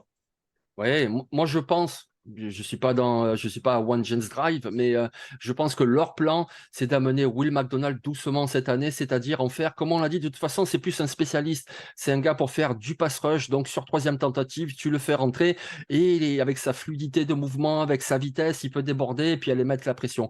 Mais sur les deux premières tentatives, ben, tu mets d'autres joueurs parce qu'il a besoin de prendre en gabarit, il a besoin d'apprendre un petit peu les schémas défensifs, il a besoin de progresser. Donc, je pense qu'il va l'amener doucement. Et l'année prochaine, de toute façon, la prochaine intersaison, tu as Carlson qui est en fin de contrat, tu as Bryce Huff qui est en fin de contrat. Et c'est ça aussi la draft. C'est aussi préparer l'avenir. C'est-à-dire, voilà, l'année prochaine, McDonald aura une saison de NFL sous la ceinture, il aura progressé, il aura travaillé, et il sera prêt à assumer un plus grand rôle et tu pourras te permettre de laisser partir d'autres joueurs qui te coûtent plus cher qu'un rookie. Je pense que le plan, il est là, voilà. Ouais. Cette année, c'est de la situationnelle pass rusher, troisième tentative, et puis l'année prochaine, un rôle plus important. Mais alors, du coup, est-ce que c'était pas un peu risqué de prendre finalement un joueur un peu plus long terme, on va dire, hein, pour une équipe des Jets qui, au moment de la draft, avait des ambitions. Quoi que tu me diras, Aaron Rodgers arrive après la draft. Donc en même temps, c'est vrai que ça. Ouais. Non, j'allais dire, est-ce qu'il n'aurait pas fallu drafter un joueur tout de suite d'impact pour aider Aaron Rodgers? Mais Aaron Rodgers arrive derrière, en fait, après la draft. Donc autant pour moi, la timeline Rodgers chez les Jets a été tellement fluctuante qu'on finit par s'en mêler. Euh, ok, pas grave. Will Anderson, dans le système Robert Saleh, pour toi, ça va matcher dans les années à venir? Pas de souci? Will McDonald, tu veux dire? Oui, oui, bien sûr. Oui, Moi, je pardon, Will pense. McDonough. Parce que, il faut voir aussi qui est l'entraîneur et Robert Saleh, voilà, on l'a bien vu quand il était coordinateur à San Francisco, il avait cette ligne défensive dominante avec quand même pas mal de rotation. Donc oui, moi je pense que ça peut matcher. En plus, si tu regardes bien, donc ils ont utilisé un premier tour 2022 sur Jermaine Johnson. Il commence à montrer des choses en pass rush, mais quand tu regardes sa saison l'année dernière, sa saison rookie, il était surtout bon en run stop. Donc quelque part, pour l'avenir, là même pour le moyen terme, tu peux t'assurer une paire de jeunes joueurs. Alors jeunes, ça veut dire déjà, bon, ils ont du talent, ils sont au premier tour, mais ça veut dire aussi qu'ils sont pas chers. Et en plus, ils sont complémentaires. Et moi, je pense que justement, avec un esprit défensif comme Robert Saleh, tu peux avoir d'un côté Jermaine Johnson, de l'autre Will McDonald. Et pour les 4-5 ans à venir, eh ben voilà, tu as un super duo très complémentaire à mettre sur l'extérieur de ta ligne défensive. Ok, bon bah écoute, en tout cas, on lui souhaite, hein, c'est ce qu'on souhaite à McDonald's, aux Jets, qu'il puisse monter en importance, peut-être cette saison, même si ça paraît un peu compliqué par rapport à la profondeur d'effectif, mais en tout cas, au moins l'an prochain. Et on sait que les Jets, là, vont avoir besoin d'aide pour aller gagner des matchs. On espère qu'ils vont si McDonald peut apporter sa pierre à l'édifice de cette saison, ça sera pas mal. Jean-Mi, attends, je regarde si on a quelques questions sur le chat avant de finir cette session sur les rookies. Tiens, il y a un nom qui est revenu plusieurs fois, alors je me permets quand même de te poser une petite question.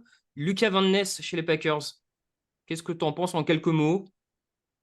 Ben, moi, j'aime beaucoup, mais je pense que tu vois, on vient de parler du projet McDonald's. Je pense que c'est un peu la même chose avec Van Ness aux Packers. C'est-à-dire que c'est un joueur qui manque encore un peu de situation de jeu. C'est un joueur qui est encore un petit peu brut de décoffrage. Il a énormément de qualité. Alors lui, c'est pas du tout le même profil que McDonald. Lui, c'est un grand costaud. Je veux dire, c'est un hockeyeur. D'ailleurs, il faisait que du hockey quand il était petit. Vous voyez ce genre de gabarit, la grosse brutasse. Alors athlétique, etc. C'est pas péjoratif la brutasse, mais vraiment c'est ce type de joueur-là. Mais je pense que cette année allez, je me mouille un peu. Je pense qu'il est prévu pour jouer un tiers des snaps défensifs. De toute façon, tu as Rashan Gary, tu as Preston Smith.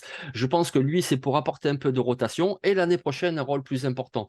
Il a beaucoup de talent, mais je pense qu'il faut être un petit peu patient avec lui et l'amener doucement. Ok, très bien. Et ben écoute, affaire à suivre, hein, comme on dit. On va voir au fur et à mesure de la saison comment ces rookies progressent. On n'hésitera pas à vous tenir un peu au courant de leur. De toute manière, vous avez les podcasts toute l'année. Et puis, on a des articles hein, aussi. J'ai vu qu'il y a un portrait de Bijan Robinson qui est sorti cette semaine, si je dis pas de ou la semaine prochaine. Je l'ai vu dans le Alors, back-office. Alors, oui, oui, c'est ça. Mardi prochain, c'est Bijan c'est ça. Robinson. Donc, c'est mardi à 13 h. Et puis, tous les mercredis, de toute façon, il y a un article aussi d'Alex, le journal des rookies, où on vous parle des Voilà. meilleurs rookies de la semaine. Donc, vous pourrez Vous suivre allez les retrouver rookies les noms sans donnés problème. par Jean-Mi, a priori, vous les retrouvez dans cette chronique-là, donc n'hésitez pas à aller les lire pour en savoir plus et à revenir d'ailleurs aussi sur les fiches draft faites par les collègues de Touchdown Actu, Bien. faites par la rédaction, pour les découvrir un peu plus, hein, pour ceux qui seraient intéressés par les noms cités par Jean-Mi. Et ben écoute, merci Jean-Mi pour cet éclairage, en tout cas sur les rookies à suivre cette saison, et je te propose qu'on rentre dans comment dire, le dur avec les matchs de la semaine. Allez, on passe au Allez, chrono. ouais, let's go. Et tu parlais d'éclairage, ma lampe, elle vient de lâcher, là. Hop. Ah mince, Voilà, on n'a plus de c'est pas lumière chez grave. Jean-Mi. Aïe, aïe, aïe, aïe, aïe. Tant pis. Bon, écoute, Je ça vais va. pas payer l'électricité, ils ont coupé, ça y est. Bon. Bon, écoute, on voit encore, on voit encore. Alors là, Camille nous a mis à l'écran les pronos de la semaine dernière. Vous pouvez voir que Lucas avait fait 11 points. Voilà, juste, on vous rappelle nos scores de la semaine dernière. Camille, si tu peux passer à la semaine 2. Ah, voilà. Semaine 2, donc on l'a vu, on en a parlé, on a débriefé le premier match de la semaine qui était Philadelphie contre les Vikings avec la victoire de Philadelphie. Tout le monde avait joué Philadelphie sans grande surprise et donc tout le monde remporte un point. Et on passe au deuxième match donc de cette semaine avec les Falcons d'Atlanta face aux Green Bay Packers. Les Falcons du fameux Bijan Robinson que Jean-Mi nous a vendu. Du coup, Jean-Mi, je suppose que toi tu paries Atlanta? Ben oui, surtout qu'on parle aussi du run-stop des Packers. C'est pas leur force, hein. Donc, ils ont des chances, les Packers, mais voilà, leur mauvais run-stop contre la course d'Atlanta, moi, c'est Atlanta. Ok, et ben écoute, c'est aussi ce que Victor a joué, je pense, et j'en suis même à peu près persuadé, pour en avoir rapidement discuté avec lui, il a joué Atlanta pour les mêmes raisons. Et les autres de la rédaction, on a joué Green Bay. Je pense que globalement, on a bien aimé le premier match offensif de Green Bay. Alors certes, face à la défense de Chicago, qui n'est tout simplement pas une grande défense, donc peut-être un peu simplifiée. Mais écoute, je trouve que Green Bay a des armes en attaque pour faire douter en tout cas Atlanta. Pareil, la défense d'Atlanta pour le moment me vend Hmm. pas de grandes certitudes. Donc bon, je pense qu'on est quand Non, même c'est sur. vrai. Mais il leur manque quand même pas mal de receveurs. Enfin, en tout cas, ils sont questionnables. On ne sait pas s'ils vont jouer Alors, ou pas, mais il manque Christian des receveurs, hein. Watson, Ouais. Christian Watson, c'est sûr. Par contre, il m'a semblé lire que Romeo Doubs revenait pour le coup. Ah, bon, ça serait Il m'a moindre semblé mal lire alors. ça, ce qui serait déjà une première pierre à l'édifice pour Ouais. retrouver une partie de l'escouade.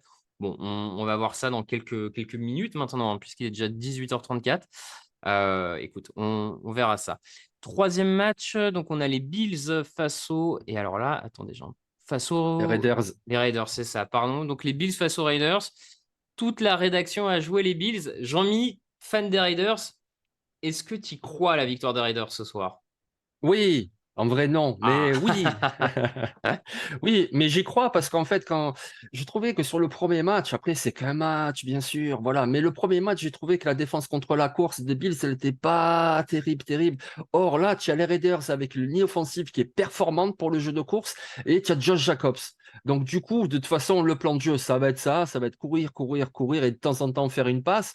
Donc, oui, c'est possible. C'est possible que les Raiders s'imposent en contrôlant l'horloge avec un Josh Jacobs qui te fait un match voilà, monstrueux à 200 yards, 2 touchdowns. Et oui, moi je pense que c'est possible, mais quand même très compliqué. Évidemment, les Bills ont un effectif bien plus qualitatif. Ouais, effectivement, pareil, moi par exemple, j'ai joué les Bills parce que sur le papier, c'est en théorie plus fort. Maintenant, j'ai un peu l'inquiétude comme toi au niveau du jeu au sol, hein. On a vu une défense de Buffalo en difficulté contre les Jets, notamment sur la course contre Brice Hall. Alors, Brice Hall est un coureur très explosif. Il y a notamment une Ouais. très grande course qui gonfle les stats, hein, de manière globale. Néanmoins, on a senti quand même que sur plusieurs de ses courses, il avait la capacité de déstabiliser cette défense. Et c'est vrai que du coup, je vois bien Josh Jacobs pouvoir essayer de faire ça. Est-ce que ça sera suffisant? Je ne sais pas. Mais bon. Et sinon, juste petit aparté, Josh Allen, hein, beaucoup de pertes de balles. Tu le sens comment, le Josh Allen, là, pour la saison à venir? Ouais, pour l'instant, c'est coup-ci, coup-ça, parce que c'est un quarterback que j'aime beaucoup, mais on dirait qu'il n'a pas encore trouvé ses marques. Et en même Mhm. temps, il a un super receveur, Stephen Diggs, mais c'est qui le numéro 2? Il n'y en a pas pour l'instant. Ah ouais, Gabe ça. Davis, c'est plus un Mm. troisième, quatrième. Alors, on a quand même beaucoup d'espoir. Nous, on l'a bien vu l'année dernière au football universitaire. C'est le Titan Dalton Kincaid. Franchement, c'est davantage un receveur qu'un Titan. Donc, oui, si tu lui laisses un peu de temps, il va se développer. Ça pourrait être la cible numéro 2, mais pour l'instant, il n'est pas encore. Donc, il n'est pas super bien aidé, je trouve, Josh Allen. Donc, Non, mais ouais, ouais, ouais, Ouais, ça pose question. ça pose question, tout à fait. Autre équipe qui pose question, même si je pense que la semaine 1 n'était qu'un accident, les Bengals qui affrontent les Ravens de Baltimore. Alors là, dans la rédaction, tout le monde a joué les Bengals. Je pense directement, je le dis, que c'est en partie à cause de toutes les blessures qu'il y a à Baltimore. Bon, Jean-Mi, est-ce que toi aussi tu Ouais. vois les Cincinnati se réveiller après une semaine 1 vraiment catastrophique? Oui, moi je pense qu'il y a trop de talent, notamment de talent offensif. C'était n'importe quoi ce qu'ils ont fait au premier match. Donc je veux bien que les Browns, ils ont une bonne défense, etc. Mais ils peuvent faire que mieux en attaque, les Bengals. Donc oui, moi aussi je vois les Bengals. Et puis Baltimore, voilà, comme on l'a dit dans l'introduction, et beaucoup de blessés. Mais aussi un truc qui m'a surpris pour une franchise comme Baltimore, c'est le premier match, ils ont eu 13 pénalités, 13. Je veux dire, il n'y a personne qui a fait pire. 13 flags, Hmm. enfin même 14 flags, mais 13 pénalités acceptées. Donc c'est incroyable. Il faut un peu plus de discipline là au niveau de Baltimore. Donc je pense que ça va être trop compliqué pour eux à Cincinnati. Globalement, d'accord. Match suivant, les Lions de Détroit contre les Seahawks de Seattle. Alors, partagé, hein, dans la rédac avec plusieurs personnes qui ont mis les Lions, d'autres Seattle. J'avoue que moi j'ai mis Seattle, mais c'était avant la blessure des tackles. Ça m'angoisse un peu comme tu dis, le pass rush de Détroit, tu en as parlé tout à l'heure, face à la ligne offensive de Seattle, m'inquiète un peu. Du coup, toi, je suppose tirer vers Détroit si tu devais parier? Ah oui, je vais aller vers Détroit parce que déjà voilà, comme tu dis, ils ont un très bon pass rush et la ligne offensive de Seattle est en difficulté. Et puis il y a quelque chose qui m'a surpris aussi, c'est que face aux Rams, Seattle, ils ont quand même relativement peu couru. Je veux dire, ils ont Kenneth Walker qui a fait une bonne saison rookie. Ils ont utilisé un choix du deuxième tour sur Jacques Charbonnet. Il a joué un petit peu. Mais tu vois, quand tu regardes ce match contre les Rams, au final, les Rams, ils ont eu le ballon pendant 40 minutes. Eux, ils ont Mmh. eu 20 minutes. C'était le temps de possession le plus faible de la semaine 1.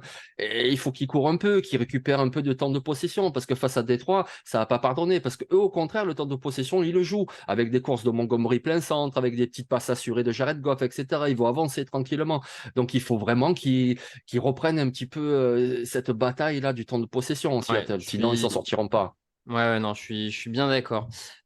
Autre match, Texans contre Colts, hein, choc de division AFC Sud, choc entre deux quarterbacks rookies, même si tout à l'heure, il y avait encore quelques petits doutes hein, sur la présence de CJ Stroud. Donc CJ Stroud côté Texan face à Anthony Richardson côté Colts. Bon, là, dans la rédaction, c'est un peu partagé. Texans, Colts, au-delà du résultat, on est d'accord que l'important, c'est de voir les deux quarterbacks rookies, ce qu'ils montrent. Oui, voilà, tout à fait. Et Bah, deux quarterbacks rookies en plus très différents. hmm. Pardon. Donc c'est pour ça que c'est aussi un match très intéressant parce que vraiment, CJ Stroud, c'est un bon lanceur qui va plutôt privilégier le jeu aérien, alors qu'Anthony Richardson, c'est un formidable athlète et s'il voit pas une première solution, il cherche pas la deuxième, il va courir, mais il court très bien. Donc du coup, c'est vraiment une opposition de style. Par contre, ce qui me surprend avec l'école, c'est quand même la qualité de la ligne offensive qui a baissé depuis 2 ans. Là, je Ouais, comprends pas. c'est dur, hein. Et voilà, même au premier match, on l'a vu, Anthony Richardson, il était sous pression tout le temps, il s'est Mmh. mangé 4 sacs. Enfin, c'était les Jaguars, c'est pas non plus, voilà. Et donc là, face à Will Anderson, justement, mais aussi Greenard, et puis les schémas de Demeco Ryans, à mon avis, va être en Ouais. difficulté. Moi, je vois les Texans, hein. Je peux comprendre, je peux comprendre. Autre match, 19h, et là, un des chocs de l'AFC, les Kansas City Chiefs face aux Jacksonville Jaguars. N'oubliez pas que c'est le match qui est diffusé sur 6play, commenté par Alain et Grégory, que vous avez déjà entendu en semaine numéro 1, qui sont de nouveau dans les studios d'M6 et diffusé sur 6play pour commenter ce super match hein, entre les Chiefs de Patrick Mahomes et les Jaguars de Jacksonville. Revanche d'un match de playoff l'an dernier perdu par Jacksonville, mais avec les honneurs. Mm. C'était pas une grosse défaite, hein. Donc là, quand on voit la première semaine de Jacksonville et la première semaine des Chiefs, on peut s'interroger sur le sort du match. Globalement, dans la rédaction, on a tous joué les Chiefs. Pardon, Jean-Mi, hein, je me permets d'accélérer, mais parce qu'on est un tout petit peu en retard sur le planning, donc je sais que derrière, le grand patron surveille ça avec attention. Allez, quand même, parce que c'est le gros match. Chiefs Jaguars, si tu dois donner un vainqueur. Jaguars. Jaguars. Eh ben écoute, comme Ja- Victor, finalement vous Ah arrivez bon. à vous entendre hein, quand vous faites pas des podcasts ensemble. C'est ça, quand on se voit pas, on s'aime bien. Non, je rigole, je rigole. Mais oui, il n'y a que de l'amour dans la rédaction TDA, voyons. Ensuite, Buccaneers contre les Bears, match. J'ai pas envie de dire match de la dernière chance hein, pour Justin Fields et Matt Eberflus, mais là on commence quand même à attendre mieux des deux, à la fois de Eberflus en tant que coach et de Fields en tant que quarterback. Face à eux, une équipe des Buccaneers qui a bien surpris en semaine 1 face aux Vikings, hein, et notamment Baker Mayfield globalement propre. Là, c'est 50-50 dans la rédaction. Jean-Mi, de ton côté, Tampa, Chicago.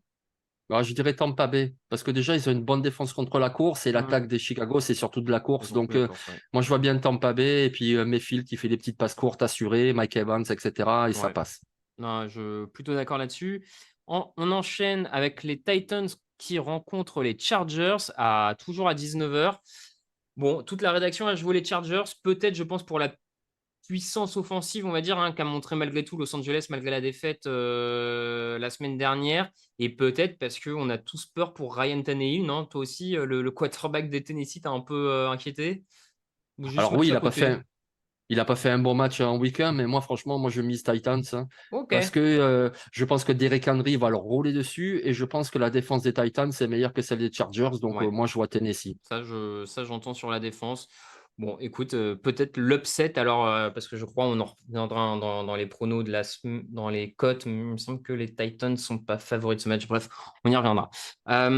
Autre match de la semaine, les Giants contre les Cardinals d'Arizona. Donc là, on passe à 22h. Bon, Jean-Mi, les Cardinals, compliqué, hein. C'est- Ouais, ouais, ouais. Moi, je pense que c'est le match d'Isaiah Simmons. Il vient juste d'être transféré aux C'est Giants. vrai. Voilà, il va leur faire la misère avec du blitz. Il va faire 2 sacs, une interception. Il va tout leur faire. Ouais, malheureusement, les Cardinals, il n'y a pas beaucoup de motifs d'espoir, hein. Ouais, je suis d'accord. Puis alors là, en plus, vraiment, les Giants sortent d'une humiliation la semaine dernière contre les Cowboys. Ils ne peuvent pas ne pas réagir cette semaine face à une équipe bien plus faible en attaque en défense. Enfin, bon, Je vois pas comment les Giants passent à côté de ce match. Ouais, Donc, on a tous joué les Giants. J'ai l'impression que toi aussi, tu jouerais les Giants. ouais, Allez, ouais. New York. Ensuite, toujours à 22h, on a les Rams contre les 49ers. Bon, alors, les Rams qui ont surpris un peu tout le monde, hein, première semaine, on les donnait un peu morts. On voit qu'il y a encore le vétéran Stafford, qu'il y a le coaching de McVay. Mais là, face à l'armada 49ers, Jean-Michel, qu'est-ce qu'on peut faire? Ouais, mais c'est ça, voilà, je sais pas qu'est-ce qu'on peut faire. Ça a l'air tellement déséquilibré que Ouais. oui, c'est un très bon entraîneur McVay. Oui, il y a quand même deux, trois joueurs, du Donald, du Ernest Jones, Kobe Durant, même en attaque, le petit rookie, il est sympa, puis Kanakua, etc. Mais là, c'est tellement déséquilibré, là, les 49ers, Ouais, non, non, mais facile. je te rejoins. Autre match, 22h25, les Jets de New York, malheureusement, qui ne joueront pas avec Aaron Rodgers, vous le savez déjà, hein, puisqu'il s'est blessé la semaine dernière. Donc, c'est Zach Wilson qui mènera l'attaque. Donc, c'est Jets face aux Cowboys de Dallas qui ont fait très forte impression en semaine 1, notamment défensivement, hein, vraiment en Ah humiliant, ouais, en écrasant New ah ouais. York. Bon, on a tous joué les Cowboys. Toi aussi, tiré là-dessus? Oui, oui, moi aussi, ouais, parce que ils ont une super défense, les Jets, on leur enlève rien. Même en attaque, sans Rodgers, il y a encore des bons joueurs. Mais les Cowboys, ils sont bons des deux côtés du ballon. Et ouais, non, chez eux, comme ça, Cowboys. Ouais, plutôt d'accord. 22h25, toujours les Broncos contre les Commanders de Washington. Bon, là, c'est un match qui peut ne pas être le plus joli à regarder, franchement, à 22h. On a quand même une équipe de Denver qui a été très poussive en attaque la semaine dernière pour le premier match de Sean Payton en tant que coach. Les Commanders ont alterné le bon, le moins bon. Qu'est-ce que tu vois, toi, un peu sur ce match, Jean-Mi? Oui, je pense que ça va pas être un match hyper spectaculaire. On a vu Denver la première semaine, c'est que des passes courtes, que des petites passes. On s'attendait vraiment à autre chose de Sean Payton. Alors peut-être qu'il va redresser le tir là, mais c'est beaucoup de passes courtes. C'est une équipe indisciplinée, beaucoup de pénalités aussi. Et je pense que Washington, c'est pas spectaculaire, mais c'est le truc Ron Rivera, tu sais. Donc Hmm. les fondamentaux, on perd pas le ballon, on court, on avance tranquillement. Moi, je pense que Washington peut s'imposer à Denver. Ok, très bien. Oui, non, troisième, ouais, avant-dernier match du soir, et qui est même d'ailleurs le Monday Night Football. Non, non, non, je dis une bêtise, c'est le Sunday Night Football, pardon. Donc le match de 2h20 du mat chez nous, les New England Patriots contre les Miami Dolphins. Donc on est sur un match typique de rivalité AFC Est. Bon, alors, on va le dire tout de suite, hein, il y a toujours les hommages faits au vieux Bill Belichick, au maître défensif, tout ça. Mais alors là, cette attaque des Dolphins, qui stoppe Tyreek Hill ce soir? Et là, j'ai pas trop de solutions, moi. Ben, Christian Gonzalez. Oui, c'est Voilà. vrai, pardon, mais oui, Jean-Mi, c'est vrai, Christian Gonzalez. Et ben voilà, voilà, Jean-Mi l'a Voilà. annoncé en avance. Christian Gonzalez va faire un super match contre. Tu le vois Oui. capable de le suivre un peu sur tout le terrain parce que c'est la difficulté avec Tyreek Hill, hein, il va partout, quoi. Ouais. Ouais, c'est ça, Tarek Hill, il va tellement vite. Mais après, Gonzalez, il a fait un 4,38, je crois, au Ok. combine. Enfin, il est très rapide aussi. Et puis, il peut essayer de lui faire changer de route sur la ligne d'engagement en jouant en presse. Il Bon. peut essayer. Après, oui, peut-être que c'est impensif de dire la défense de Belichick, mais bon, quand même, tous les ans, il nous sort des trucs. Parce que là, c'est vrai qu'a priori, l'attaque des Dolphins, elle est tellement plus explosive. Normalement, ils doivent vraiment gagner. Mais ouais, Belichick, face aux rivaux de division, c'est toujours très difficile. Donc, sait-on jamais. Moi, je Sait-on miserais jamais. Dolphins, mais sait-on jamais. Non, non, mais t'as raison, sait-on jamais. En tout cas, toute la rédaction a joué Dolphins. Le match de lundi soir, il y a deux matchs ce lundi soir aux États-Unis. Le premier, c'est les Panthers contre les Saints, rivalité de division là encore. Bon, toute la rédaction a joué les Saints, mais n'hésitez pas à regarder le match de Bryce Young, bien entendu, dont Jean-Mi nous a vanté les mérites. Et puis le dernier match de lundi, c'est les Browns qui reçoivent les Steelers. Là aussi, pure tradition, pure rivalité de NFL. Cleveland qui a fait un bon premier match, hein, face aux Bengals, face à des Steelers qui, eux, ont été en grande, grande difficulté. C'est un peu partagé dans la rédaction. Jean-Mi, en deux mots, réveil des Steelers ou Cleveland qui confirme? Ah, Cleveland qui confirme. J'aime bien les Steelers, ils ont une bonne équipe en construction, c'est prometteur, etc. Mais moi, je pense qu'ils sont trop sous-cotés, ces Browns. Parce que ils ont ce qu'il faut en attaque, ils ont ce qu'il faut en défense. Moi, je pense qu'ils peuvent vraiment faire mal. Donc, moi, je vois Cleveland. Eh ben, écoute, on va aller voir tout de suite ce que Cleveland vaut en cote sur le site de notre partenaire Unibet. Et voilà, c'est magnifique, ça s'affiche à l'écran. Super Camille. Alors, les cotes de la semaine donc proposées par notre partenaire Unibet. Je vais te donner des cotes, tu vas me dire ce que tu en penses, si ça te semble jouable, Jean-Mi. Par exemple, tu vois, j'ai qu'est-ce qu'on a de sympa? Tiens, les Titans que toi tu vois battre les Chargers, les Titans sont à 2,14. Allez, Ah on ben, les met. On ouais, parie ouais. sur eux. Toi, tu les sentais bien, effectivement. Derrick Henry, gros jeu au sol, grosse défense. Je te proposerais bien aussi les Jaguars face aux Chiefs. Alors, c'est toujours compliqué de parier contre les Chiefs, on s'entend. Mais les Jaguars sont à 2,32. On a quand même vu une équipe de Jacksonville qui a beaucoup d'armes en attaque, qui a une défense qui progresse. Bon, pourquoi pas, non? Ouais, ouais, ça me plaît bien. Ouais, c'est jouable, hein. Allez, 2,32 les Jaguars. Et on va en faire une dernière pour avoir un petit combiné de 3. Sur qui on peut mesurer? Alors non, les Pittsburgh, on a dit on n'y croyait pas trop. Les Jets, les Rams, non, c'est pas Chicago, Houston, les Seahawks, ça me paraît compliqué. Bon, et à quel point tu crois aux Raiders face aux Bills? Tu crois ou pas beaucoup quand même? Ouais, j'ai vu qu'ils avaient une très belle cote à 3 et Ouais, quelques, il me ouais, semble. Donc oui, là, ça 3,58. vaudrait le coup.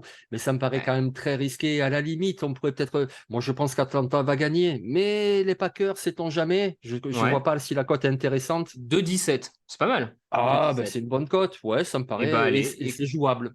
allez, ok, on part là-dessus. Donc Packers, Jaguars et Titans, ce qui nous fait une cote, si je ne dis pas de bêtises, de 10,77.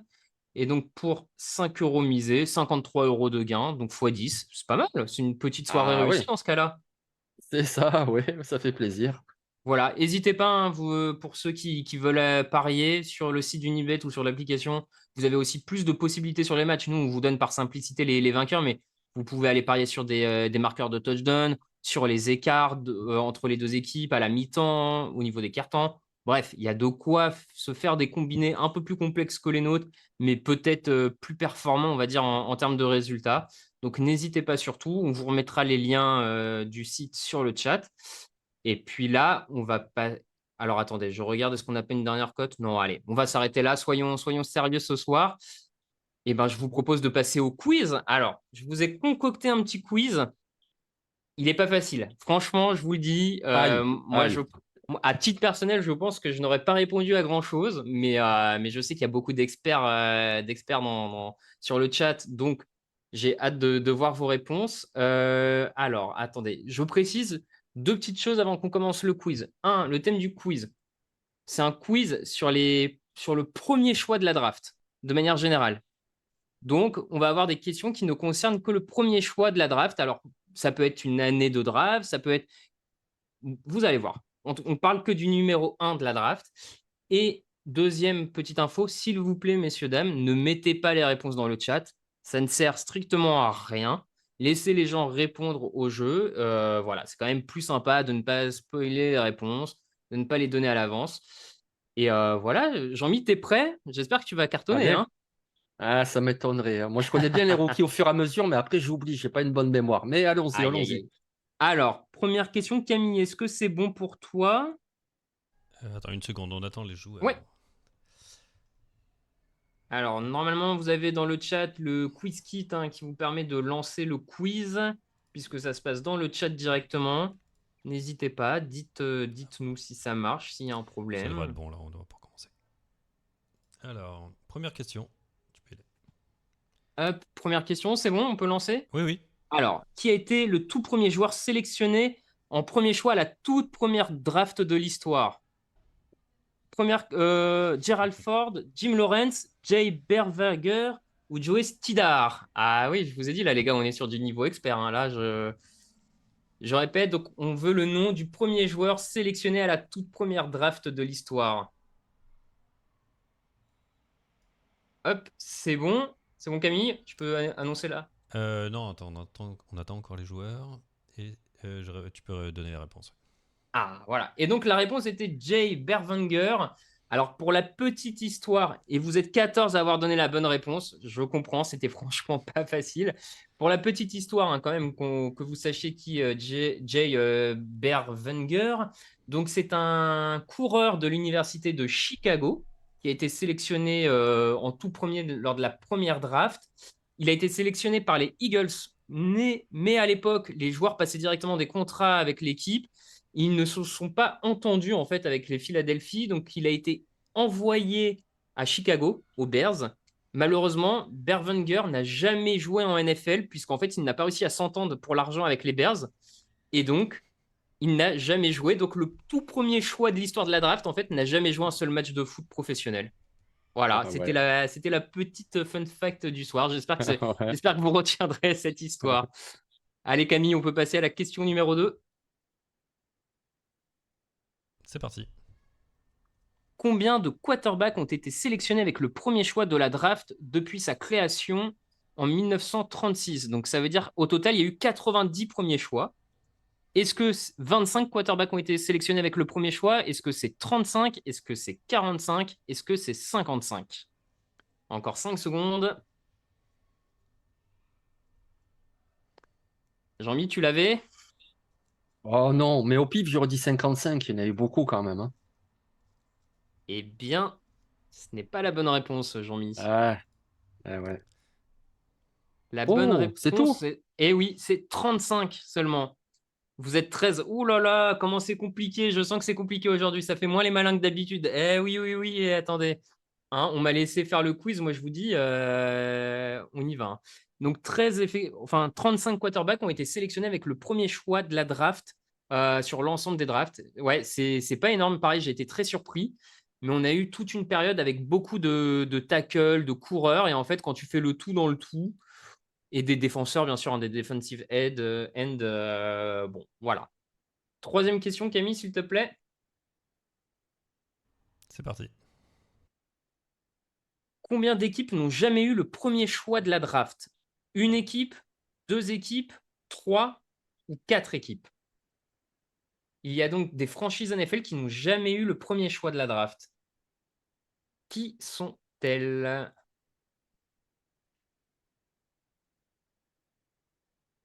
3 secondes.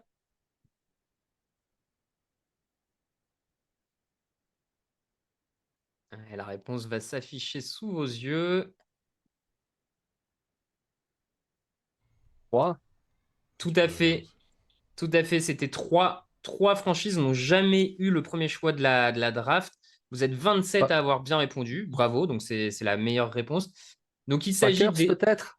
Vas-y, dis-nous. non, il s'agit des Denver de Broncos qui n'ont jamais eu le premier choix. Alors ils ont récupéré John Elway via un échange après qu'Elway était drafté Hmm. par les Colts, mais les Broncos n'avaient pas ce premier choix. Il y a les Ravens de Baltimore qui n'ont jamais eu de premier choix. Et la troisième équipe, ce sont les Seahawks de Seattle qui n'ont jamais eu le premier choix. Seattle a eu 2 ou 3 fois de mémoire le deuxième choix, mais jamais le premier. Voilà. Ce sont les trois équipes qui n'ont jamais eu le premier choix. Très bien. Et puis, bah, on passe à la quatrième et dernière question. On a fait un peu plus court parce que c'était dur, donc on s'est dit qu'on allait vous Parti. ne pas être trop méchant. Dernière question. La dernière fois qu'un homme de ligne offensive a été drafté avec le premier choix de la draft, c'était en 2013, 2015, 2014 ou 2016? Donc la dernière fois qu'un lineman offensif a été drafté avec le premier choix, il faut retrouver l'année.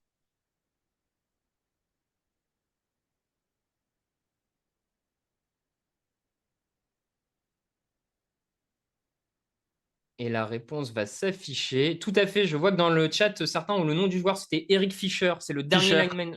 Ouais. Ouais, tout à fait. Moi, j'avais le joueur, mais pas l'année. Je me rappelle pas. 2013, d'accord. 2013, ouais. C'est en 2013 qu'Eric Fisher avait été drafté. Vous êtes 23 à avoir trouvé la bonne réponse. Bravo à vous. Et donc, bravo à Carson79, à JM qui avait la bonne réponse. Voilà. Et bien, on a fini le quiz. Pas facile, je le reconnais. Et donc, le vainqueur est JM underscore S2. Bravo à toi, JM underscore S2. Tu as gagné ce quiz. Donc, n'hésite pas hein, à C'est pas nous Jean-Michel envoyer quand un même. petit. J'aime. Jean-Michel. Non, j'ai pas joué en douce, c'est pas moi. Oh, l'équipe de truqueurs, c'est Ouais, tu Jean-Michel. sais. Non, Ouais, alors, envoie le cadeau, envoie. non, vous inquiétez pas, c'est un vrai auditeur qui a répondu. Donc, n'hésite pas, JM underscore S2, à nous faire un message via un réseau social, via Twitch, etc., pour récupérer ton petit cadeau. On verra ce qu'on peut t'envoyer, enfin ce que Alain pourra t'envoyer. N'hésite pas. Et voilà, et je vois surtout qu'il est déjà 18h59, qu'il reste 1 minute avant le début des matchs de 19h. Merci Jean-Mi pour les pépites, pour l'accompagnement sur ce fauteuil. Merci Jean-Mi en tout cas. Merci à tous et bonne semaine numéro 2. Régalez-vous. Voilà, merci Camille. On n'oublie pas également de remercier Unibet, notre partenaire sur le fauteuil depuis maintenant plusieurs saisons pour leur sponsoring. Donc merci Unibet. Et on vous dit merci à tous, on vous dit bon match. N'hésitez pas, s'il se plaît, pour le Chiefs Jaguars et retrouver les commentaires d'Alain et Grégory, allez leur donner de la force, ça fait toujours plaisir. Et puis on vous retrouve sinon tout le reste de la semaine sur Touchdown Actu, podcast, articles, etc. C'est ici que ça se passe. Bonne soirée messieurs. Allez, ciao.